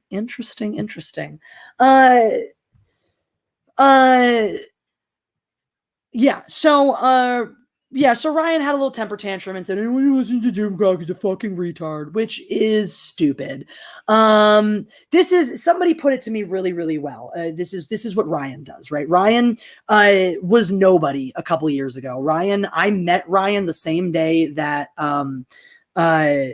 Jeremy did down at a little hangout at outside of Comic-Con in 2019. And Jeremy was the one who said, hey, Ryan, would you like to make some content for Geeks and Gamers? You seem really put together. You seem like the kind of thing we'd love to have for our brand. Would you like to make content? I was there for that fucking conversation. And all of a sudden, Ryan's a bit fucking big shot. He didn't do what the rest of us did. He didn't put in the hours. He didn't put in the time. And so sometimes he doesn't have the respect or appreciation for how much work this actually takes and how precarious it can actually be. So he didn't have to work to earn his fans. He didn't have to work to earn his audience. And he's never had to have the lesson of how important it is to respect your audience. Because essentially he just he rode to success on everybody else's, which funnily, Doomcock did the same thing, which is, again, I think another reason why he doesn't respect his audience. Without respect, we reject. Well, if I was a Doomcock fan, I would be rejecting it because I wouldn't feel very respected knowing that the person that I thought I was supposed to trust was spoon-feeding me lies, knowing they were lies. Once again, don't take my word for it. Go back. With a few simple searches, you can trace the source of this information. And call me out if I'm a liar if you can't do this, if you can't go back and find small YouTube videos from small channels. We got this covered articles or articles from comparable size sites that came out 2 to 6 weeks. 2 weeks seems to be the sweet spot, but like 2, 4, 6 weeks before a Doomcock rumor. Tell me I'm wrong. Right? Go find them. I've done this with so many different people now. Go find them. Nobody knows Doomcock's real persona. RK, we do. He's likable. You either are or aren't. That's actually an interesting point. And it leads to Ryan taking some of those liberties, and it leads to Ryan also being it leads to him getting to get a pass on something. Oh, I'm the asshole. I play an asshole on TV. I play an asshole on the internet. So yeah, he's gonna get away with playing the asshole a lot more. St. Gabriel 11. You're not wrong about this idea. But no, I think he just doesn't always have a healthy respect or appreciation for the things he has because he didn't have to work for the same that everyone else did. He was sort of put onto a team and got a lot of these things as a result of that, and then got his hit with Naughty Dog, which was cool. But then he also got sort of rescued from that in the same way. Like most of us, a lot of other channels. I mean, John Talks is still contending with the bubble, with the burst of the bubble, right? He got a huge hit leaning into a politics land, and that's his content isn't my content anymore, which is totally cool. If he wants to do politics, it's completely his bent. But I wonder if there's a part, I know maybe you guys still watch him and know, I wonder if there's a part of him that wishes he could still do more other content, but he only gets hits now on certain political topics because that's where he hit his bubble. Ryan Cannell got lucky because he hit a bubble with Naughty Dog, and then for a long time was in that same place of if he wasn't doing a Last of Us topic, he wasn't getting views, but the Friday Night Tights spot, the connection with Geeks and Gamers, all of these positions with other much bigger channels meant that he was able to sort of weather that little that's usually the big test for most YouTubers, right? That first hump. And if you have people just picking you up, then it's no problem. But if you don't, everyone else sort of had to figure out that was your sort of moment of figuring out how the algorithm worked for you, how to, play around and do it. That's not knocking Ryan. It's not to say that he's a bad person, doesn't deserve his channel or what he has for having it. He was in a very fortunate position and very fortunate to have met people who with large channels in the spot to bring up people like that. But it also means that I'm going to treat him a certain way, and I'm always going to think of him a certain way because I know that he hasn't had some of the experiences that I have. Loquacious Primate. No, that is not true at all. That's factually completely inaccurate. Doomcock didn't barely grew. He grew very, very slowly, almost not at all, and then exploded over Game of Thrones doing the live streams with Gary. And then from there, he continued to grow. And then every time he had a new rumor, big exponential growth points. So there you go. 111 likes at 11:11 p.m. There you go. How's that for a bunch of ones, Obi-Wan? Thank you. And thank you guys for oppressing the like button. I know I have a couple super chats that I need to catch up and read. I'm sorry, I've been getting off onto Rantland. Hi Ice 007 says, never hear Battlestar Galactica 1978 mentioned on Geeks and Gamers, but it was on the Sci-Fi Channel in the 90s. Some of the Star Wars FX artists worked on it. Seen it? Opinion. Great ask. I've seen the miniseries and the first episode. Always intended to go back and watch. I did hear it gets a little soap opera-y, which honestly is fine for me. I would probably go through it and enjoy it. It was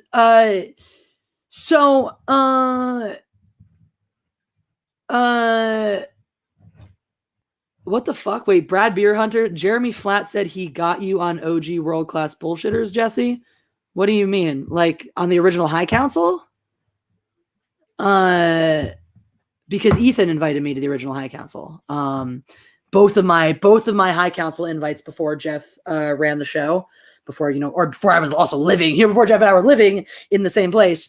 Both of my High Council appearances were actually on Ethan's channel, invited by Ethan. Anyways, never saw you say earlier, you're still trying to carve out your niche, dude. You try to figure out your find out your rules.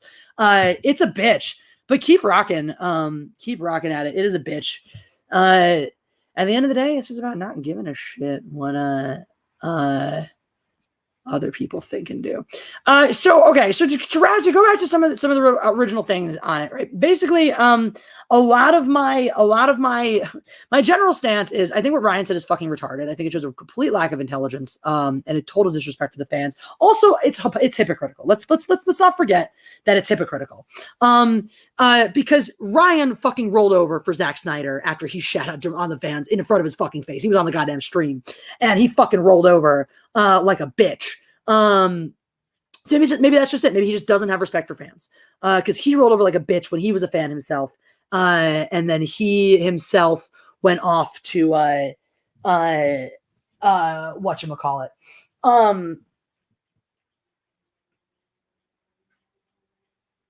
Disrespect more fans in the end. Do I still talk to Echo-Based Network? I still do talk to Jeremy. Actually, we had a phone conversation not that long ago. Not as often as we used to. It used to be all the fucking time, every day. I'm not gonna say I miss that. But no, we do. We are still in contact. We are still friends. And this is not, I have been publicly with him. So this is not me like shit talking. I've been publicly with him when he's tried to take credit for me getting on the High Council originally do. And I've told him, I'm like, no, Ethan invited me both times. And he's like, really? Really? Really? No. People say Jeremy told him to. True or false? False. Jeremy says he told him to. False. Jeremy told me this lie originally. Jeremy was like, yeah, I told Ethan about you, and now he wants you to come on the High Council. False. Ethan knew about me all on his fucking own. I was because I went and listened because Jeremy was like, yeah, I totally told Ethan to get you on. And I'm like, Jeremy 100%. This is why I'm not shitting. He 100%, he did go to bat for. He was like, yes, absolutely, you should have her on. He 100% sung my praises to Ethan. But I've always been really proud of this, because I've always been really proud of this. Whatchamacallit, is they started talking about, oh, let's get a guest on. What kind of guest do you want on?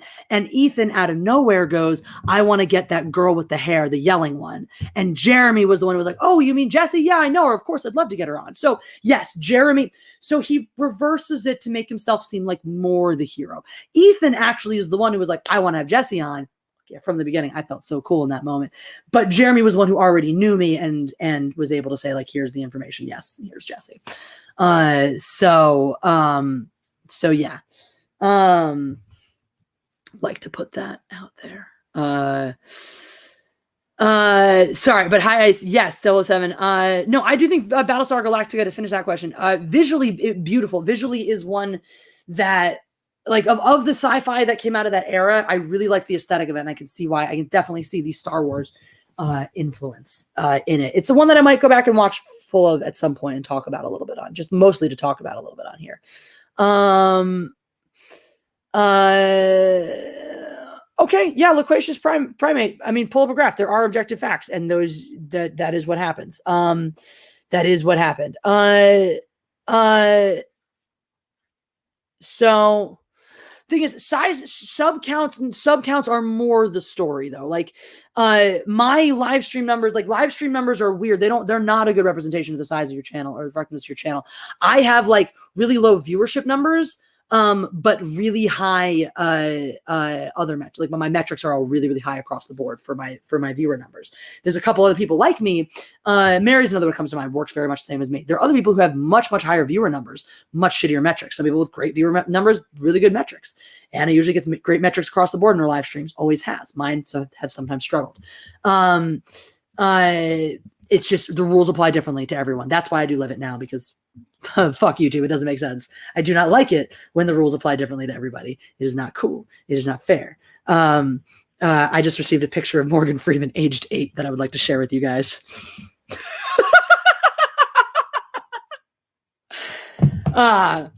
Anna does get great retention. Jesse was about to say size doesn't matter. Size does matter. Let's not kid ourselves. There's another super chat up here that I was missing from Renegade. Damn it. Balls. So this thing happens because YouTube Studio is ridiculous, where the last super chat, you can't scroll down to see it. So if you're past the point where you can pull it up in the sidebar, you can't scroll down to see it. So I see that I have a $20 super chat from Valiant Renegade that I really badly want to read, but I would have to go open a completely different window to go read it. So I'm either going to do that soon because I'm going to read it, or just wait for someone else to send a super chat, which will bump it up on the viewer window, and then I can read it. So if someone wants to send a $2 super chat so that I can read Valiant Renegade super chat, that would be awesome. Yeah,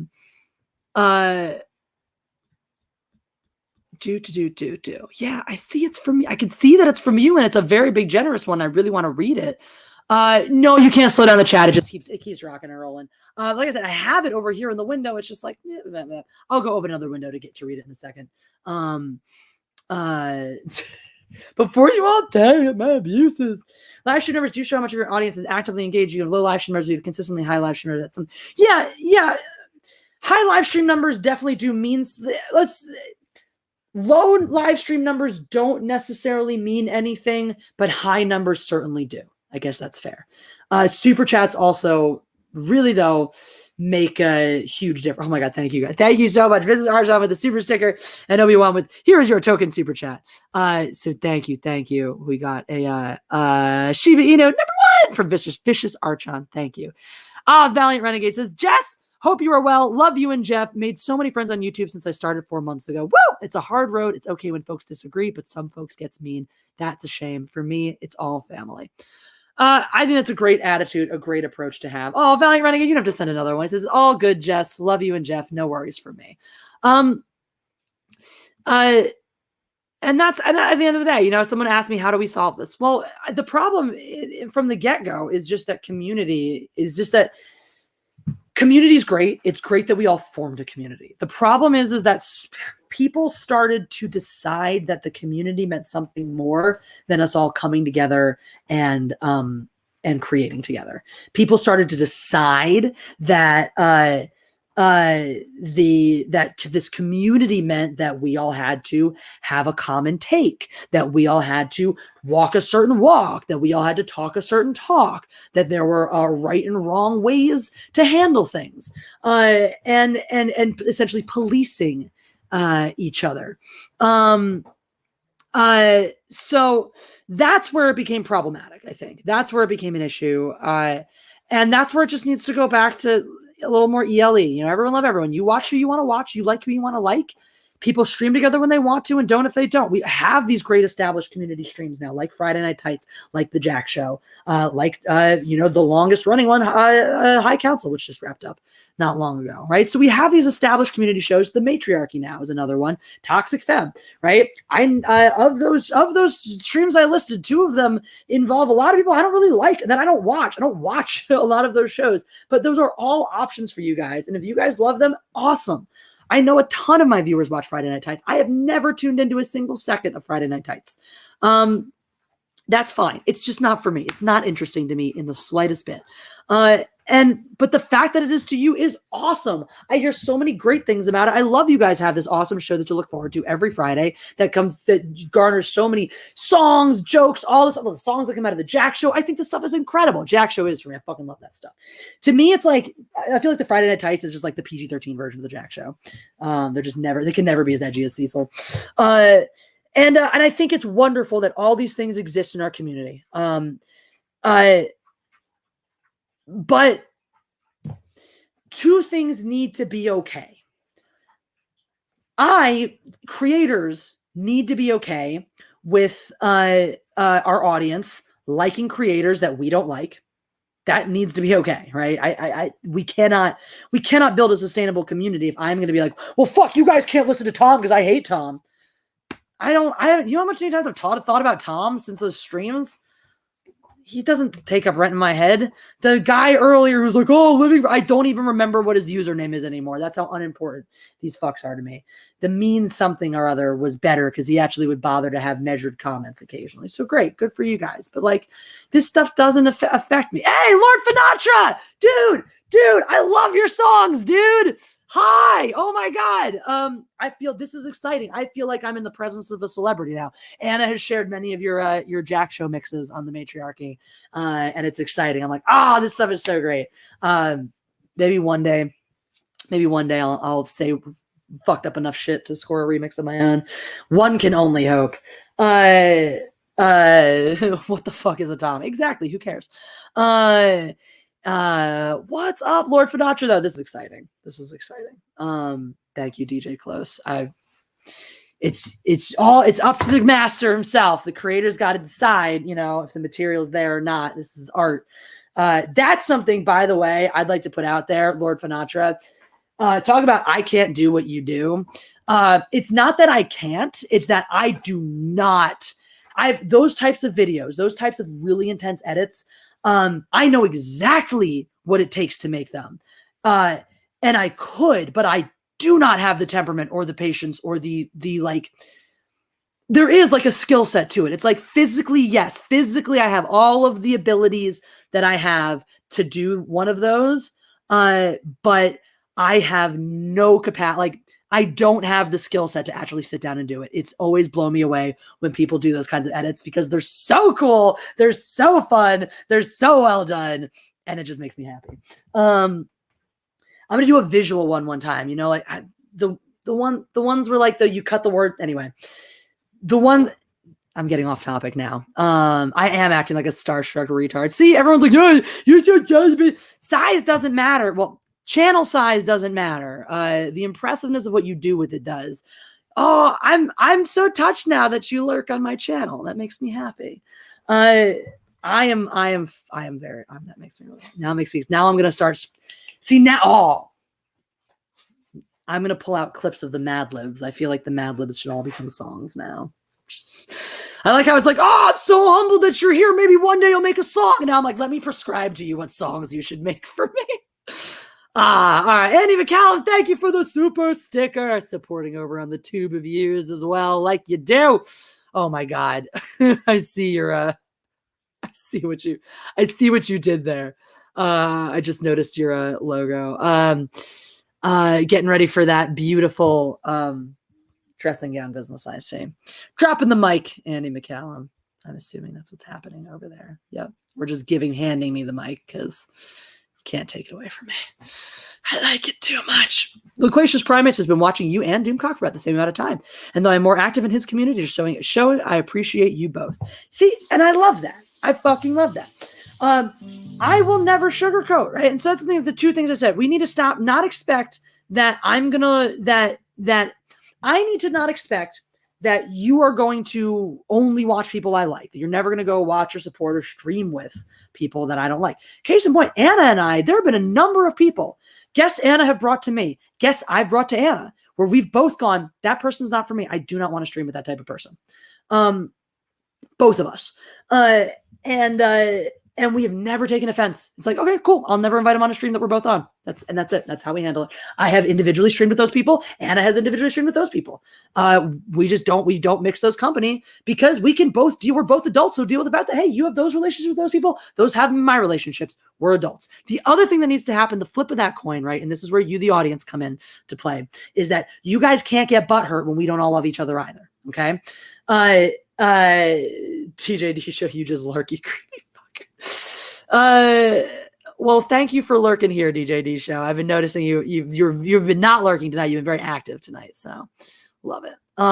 Love seeing all you guys. Love seeing a lot of names in your bio. I haven't called out everybody as you guys have come, but Loquacious Primate, a few people tuned in here that I don't usually see, and I'm assuming I noticed a lot of names came in when I started talking about Doomcock. So assuming the word goes out, Jesse's talking about Doomcock. So thank you guys, by the way, for everyone who is more usually how is that, Veal Ned? Please don't inflate Lord Finatra's ego anymore. You got it, dude.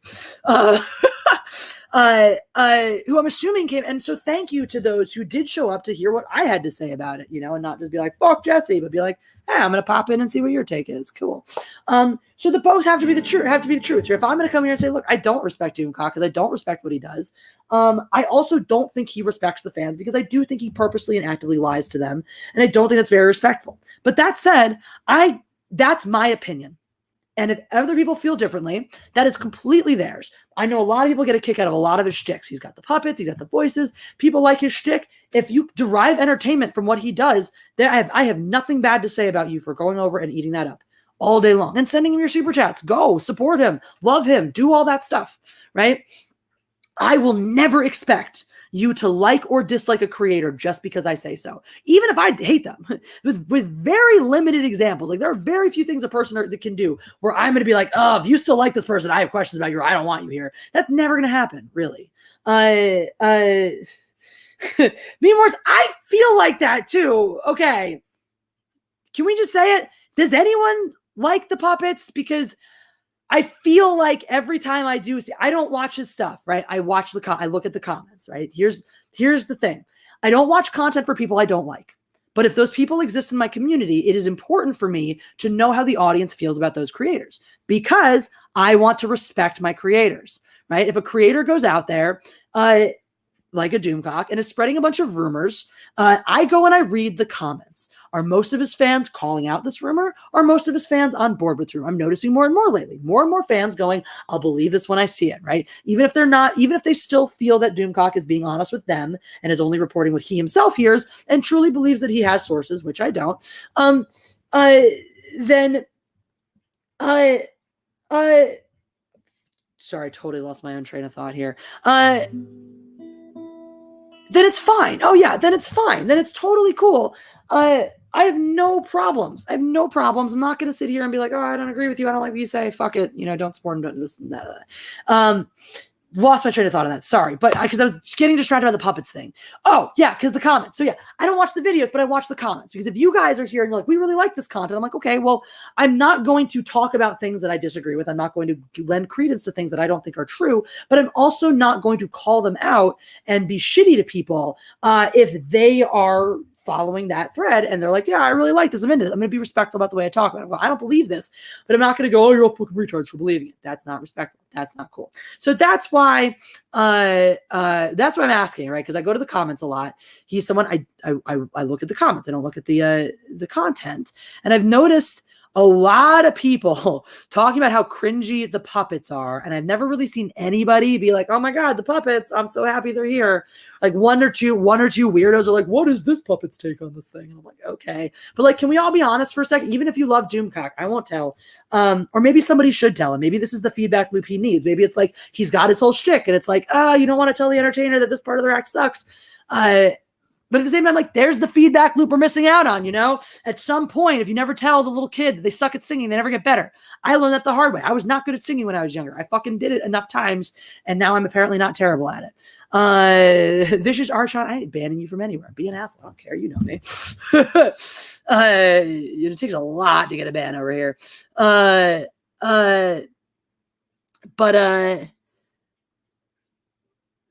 yeah, so to voice the users of the puppets. Okay, so there you go. That's fine. I mean, look, what are his sources? Some guy in Germany. No, his sources are like one of my bullshit videos. Straight up, the very first time he ever put out that George Lucas is coming back to, and sorry, I don't want to get back on the fuck Doomcock train since we've just gone over how I respect you guys. If you want to listen to it and stuff, so I don't want to feel like, oh, we just said we respected everyone, and now I want to listen to you, no one to listen to you railroading on him and whatnot. But one of the favorite ones, I literally put this video out and I was like, I read a We Got This Covered article that says Lucas is coming back to Lucasfilms, and that's never going to happen. That's completely retarded. But here's why it would actually be brilliant if it did happen. 2 weeks later, there's a fucking Doomcock rumor. So I put that out there saying this is not happening. This is not even a rumor. This is just a fun theory that's never coming to fruition. And so when I put that out there like that, and then all of a sudden it's someone's rumor with sources, I did my due diligence. I was like, oh my God, did I predict something amazing? No, I didn't. I was the source. I was the bullshit theory that someone else mined and passed off as a source.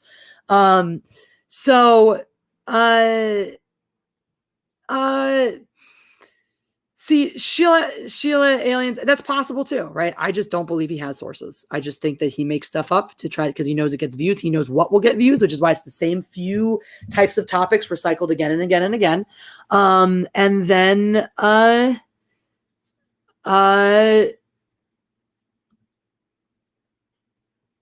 whatchamacallit. Sorry, I'm just going back, grabbing these super chats because I know I'm a little bit behind here. I want to make sure I can get to all of them. Runs with Phantoms is the next one.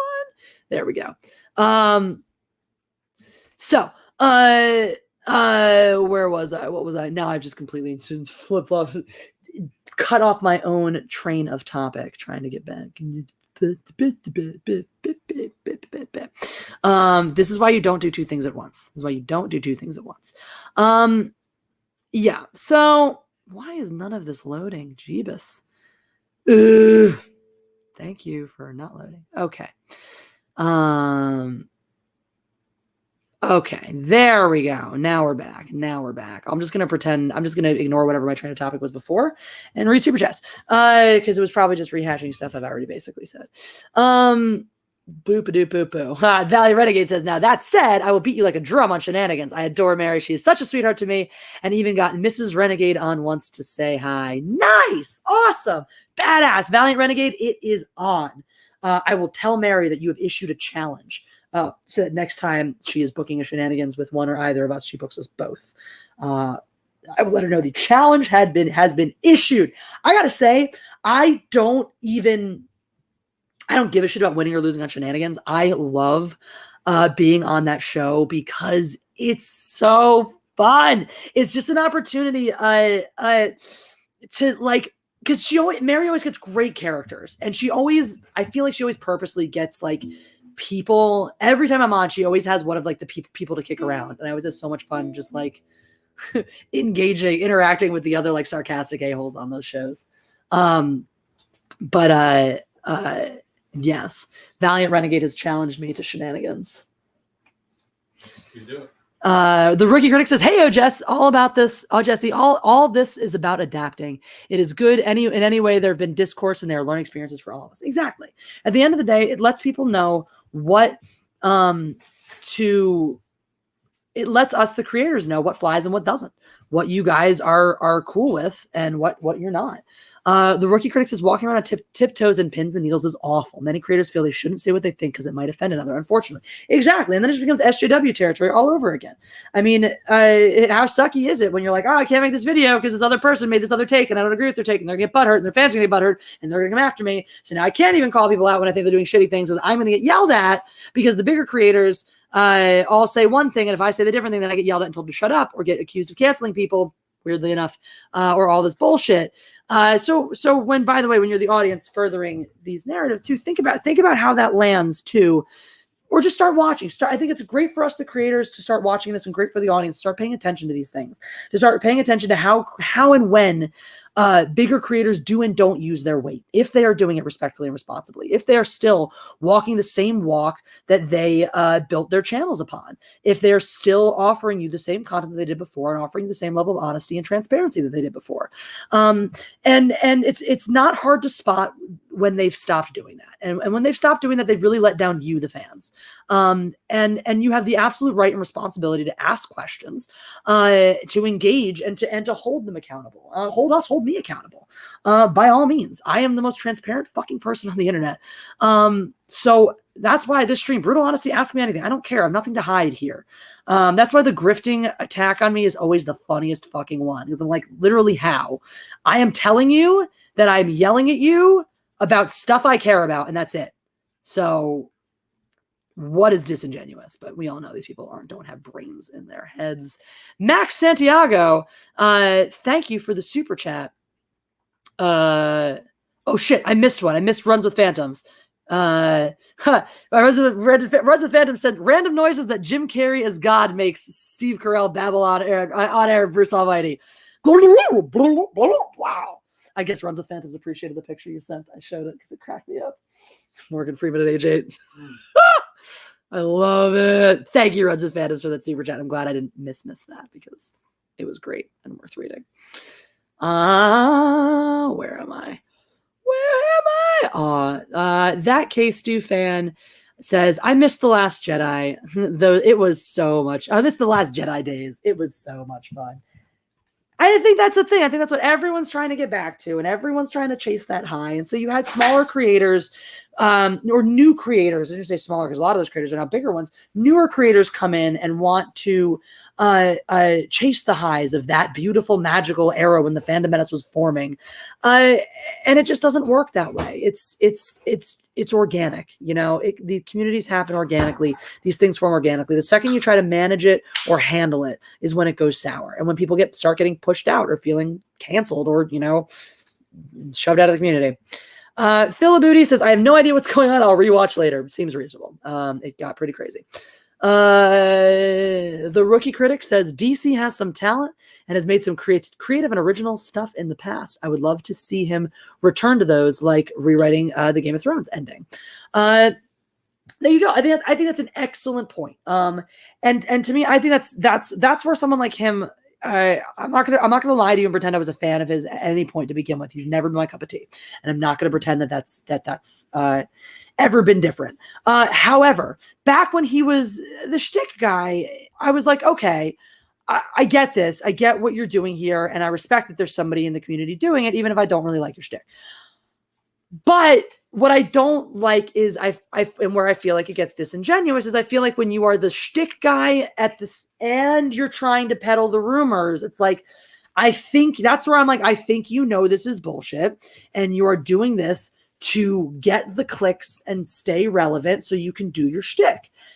And it's a back and forth for me on the whole thing. On a show business standpoint, go do you, like, you're doing everything right from a show business standpoint. You are fucking around doing whatever you want to do to get the views, to stay where you are, to do the thing you want to do. I don't have a problem with that. What I do have a problem, though, is that he is part of a community. He benefits, even if he doesn't stream with us all the time, he benefits by the information we put out, the videos, the content we put out. He benefits by the association with our community. And when he spreads information in our community that he knows isn't true, he then creates problems for our community because he creates issues now where we have to spend time debunking things we know are false. It maybe puts our credibility on thin ice if we say, I have pretty good intel to say that's not true, but we're not running around going, my sources, and somebody else is. Even if we're sitting here going, I don't think you really have good sources on this one. Now, but he said he had sources and you don't have sources. Yeah, but I have friends and a couple of tidbits of information that I'm able to piece together that's kind of like a source. And I don't think he really has a source. And my information seems like it's better than this information. And 3 weeks later, everyone finds out that information was total bullshit. And what I was saying was true the whole time. But now me, and this isn't just me, other creators now have had to go through this whole song and dance now where it becomes this war of information and who's credible and who's not. And because somebody is out there posting such outlandish rumors, forcing us all to address them, now you're creating these wedges and these impressions of credibility in the community. Well, that's exactly the point, Callie, dude, is that Doomcock has become a Mike Zero. And he has, and unlike Mike Zero, who we all know is full of shit, he has peddled his own credibility in a way that makes people continue to believe a lot of what he says. And I don't think it's fair to the other creators who then have to spend time and energy refuting this, or have to spend time and energy fighting other creators who are Doomcock accolades and feel like it is their place to come tell us the content we are not allowed to make because, you're pissing off certain people because they reported it this way and you're not reporting it the same way they're reporting it. Yes, that happened to me. That is one of the reasons I don't like Tom Connors. That is a problem. So all these things that you guys, the fans, talk about not liking going on in the community, people bullying other people into what kind of content they are allowed to make, trying to tell other people what to do and what not to do, is happening. And I know a lot of people want to take the solution of just like, I just put my hand over my ears and go la la la la. And Loquacious Brian says, didn't know you were talking about Doomcock tonight. Just lurking a lot of your chats. I often listen while coding and don't get a chance to engage. Well, I'm glad that you do lurk around a lot. I'm glad that you are still around because I always like seeing you pop up. And no worries about the engagement. I'm glad you did decide to engage tonight because I think you're a really important representative of the community to have in the chat tonight. Somebody who is both a fan of me and a fan of Doomcock. And as you said, someone who is more active even on one of Doomcock's channels in one of Doomcock's streams than in one of mine, who can still be here and be like, yeah, it doesn't matter if you hate Doomcock. Doomcock can go talk shit about me. I don't care. You guys, I'm sure, have listened to streams where people talk shit about me. Yes, I know people talk shit about me. I have heard the shit they talk about me. There's a reason that, again, I'm not an idiot. I'm not out there. There's a reason you don't see me chasing favor and currying favor for certain people, because I know what they think about me and I know what they say about me when they think I'm not listening and I think it's not going to get back to me. So there's a reason you don't see me doing that. There's a reason you don't. But anyway,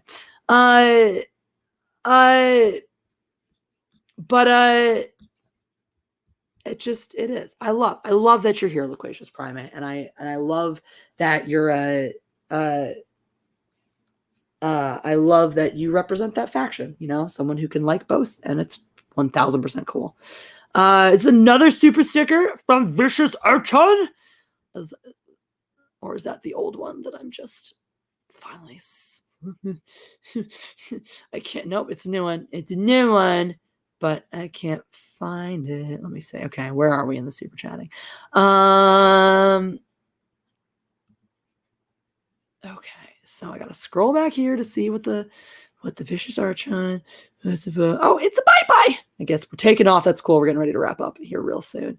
So bye-bye, Vicious Archon. That K-Stu fan says, can we just pick an actor or actress and try to destroy their lives? I'm sure one of them will say something stupid eventually, just not K-Stu again. Well, of course. Yes, clearly, what do we do? Let's just go pick somebody else. Let's just go pick somebody to cancel, like cancel culture does. No, I have no interest in canceling anybody. I know someone got all butthurt. Like, the fact you said you can, hey, Nathaniel Cadugan, what's up? You come popping in just at the end here.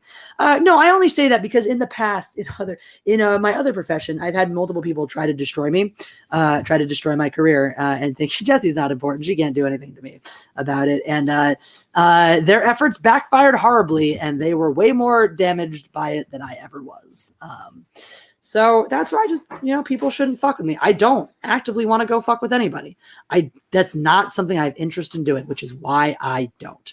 Which is why I think sometimes people think that Jessie doesn't or can't or doesn't know how to fuck with people, because she doesn't. No, I just don't care. I don't want to get involved. I don't want to deal with other people's bullshit. When I get involved in other people's bullshit, you will fucking know. Oh yeah. Also, like, a YouTuber definitely just changed her entire channel because I put her on blast once. So I'm not saying I'm proud of that, but I'm super proud of that. Actually, it was hilariously funny, and you should go watch that video. It was one of my better ones. Not for me. She talks shit on Anna. You want me to murder somebody? Point me in the direction of somebody talking shit on someone I care about. Point me in the direction. I don't give a shit. People don't talk shit about me. To point me in the direction of somebody doing dirty to somebody I care about, I will end them. That's how you will see me end them. Mary's here. Yay, boxes. Mary, Valiant Renegade has issued a challenge. He says he will end me on shenanigans. So next time you are booking me for shenanigans, please make sure he is there too, so that he can step to the challenge. Comic Artist Pro Secret says, destroy these bitches. Dude, the destruction was here. The destruction was swift, Uncle Ethan. Actually, it wasn't that swift. It was pretty all-encompassing and brutal and elongating. The TLDR is basically don't lie to your fans and don't call your fans retards, because both are pretty dumb things to do. You did miss the part where I basically and this is something, I do think that Ryan is going to continue to make missteps like this, because he didn't do the work that other people did to earn the place that he did in the community. So he is someone that, don't be surprised if he puts his foot in his mouth in these ways again, or says things that sound like maybe he's not as respectful as the fans as he could be. Is it because he hates his fans? No, it's because he was effectively given the position that he has in a way that a lot of us weren't, and wasn't given the opportunity to earn some of the respect that the rest of us went ahead and did. Also, EVS, you can confirm, because earlier someone was saying how Jeremy loves to take credit for my first High Council appearance, even though I always set the record straight and say that was a you thing. He's like, no, but I told her, we went, no, I was there. I listened back, because Jeremy was like, I said you should be on it. And I listened, and I heard Uncle Ethan go, who's that crazy chick with the hair who yells? I want her on. And Jeremy was like, oh, that's Jessie. So that's how it went. Anyway, show mouth, Sheila. I know. I just got to set the record straight. I got to set the record straight. Can't have Jeremy taking credit for things you did again. It was me all along. It was always you. You are the spy. So this is going to go one of two ways right now. There's like 2 more super chats. So I'm either going to read them and be like, good night, everybody. Thank you so much for being here. Or I'm going to send Uncle Ethan an invite to this stream, and it's going to go for like 5 more hours and get retarded. So Ethan probably has to go to bed anyway. I have to go to bed anyway. But I have a little 10-year-old to teach a fencing lesson to in the morning. Rookie Critic says, let's make some movies, everyone. Who's with me? I'm with you, Rookie Critic, all the way. I actually have some projects that I'm working on, so, stay tuned. Valiant Renegade says, on a happier note, how's the move going? New place, new life, new adventures. Hail Mary, love you always. It is so nice to be here. Mary says, I just did a 5-hour stream. It was great. Yeah, that's why I was going to ask you to come on. I was like, you're done. You guys are going forever. But since we don't have the Mad Libs are still packed away somewhere that I don't know. I'm going to play us out today, guys, because I don't care if we get copy struck. I'm going to play us out on the greatest love song ever written, probably. Jeff, feel free to join if you want.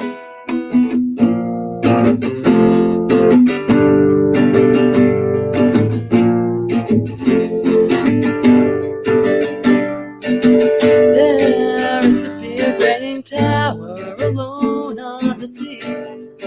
You became the light on the dark side of me. Love remains a drug that's the high enough the thrill. Did you know that when it snows, my eyes become large and the light that you shine can't be seen? Baby, I compare you to a kiss from a rose on the grave. Ooh, the more I get of you, the stranger it feels. Yeah, now that your rose is in bloom, a light hits the gloom on the grave.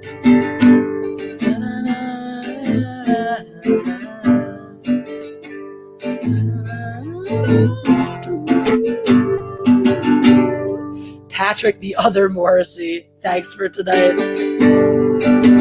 There is so much a man can tell you, so much he can say.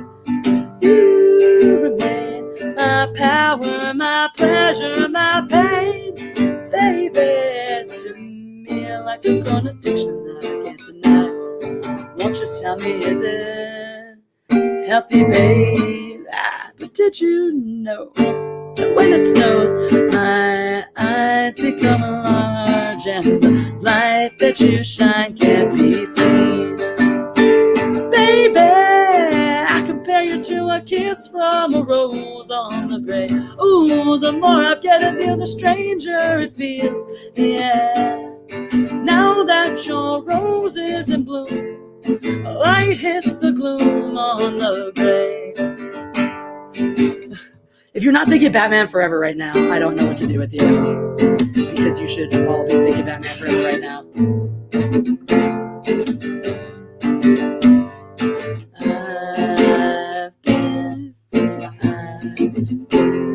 Kissed by a rose on the grave. I've been kissed by a rose on the grave. I've been kissed by a rose on the grave. Oh God, Ethan. Been kissed by a rose.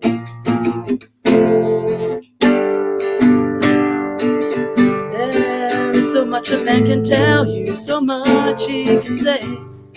You became my power, my pleasure, my pain. To me, you're like a grown addiction that I can't deny. Won't you tell me, is it healthy, babe? But did you know that when it snows, that my eyes become large and the light that you shine can't be seen? Where is it? Baby, I compare you to a kick in the balls by some days. Ooh, the more I get of you, the less I can ejaculate. Now that your heels in my nuts, a light hits the gloom on the grave. Oh, yes, I compare you to a kiss from a rose on the grave. Ooh, the more I get of you, the stranger it feels. Yeah. Now that your rose is in bloom, a light hits the gloom on the grave. Everybody.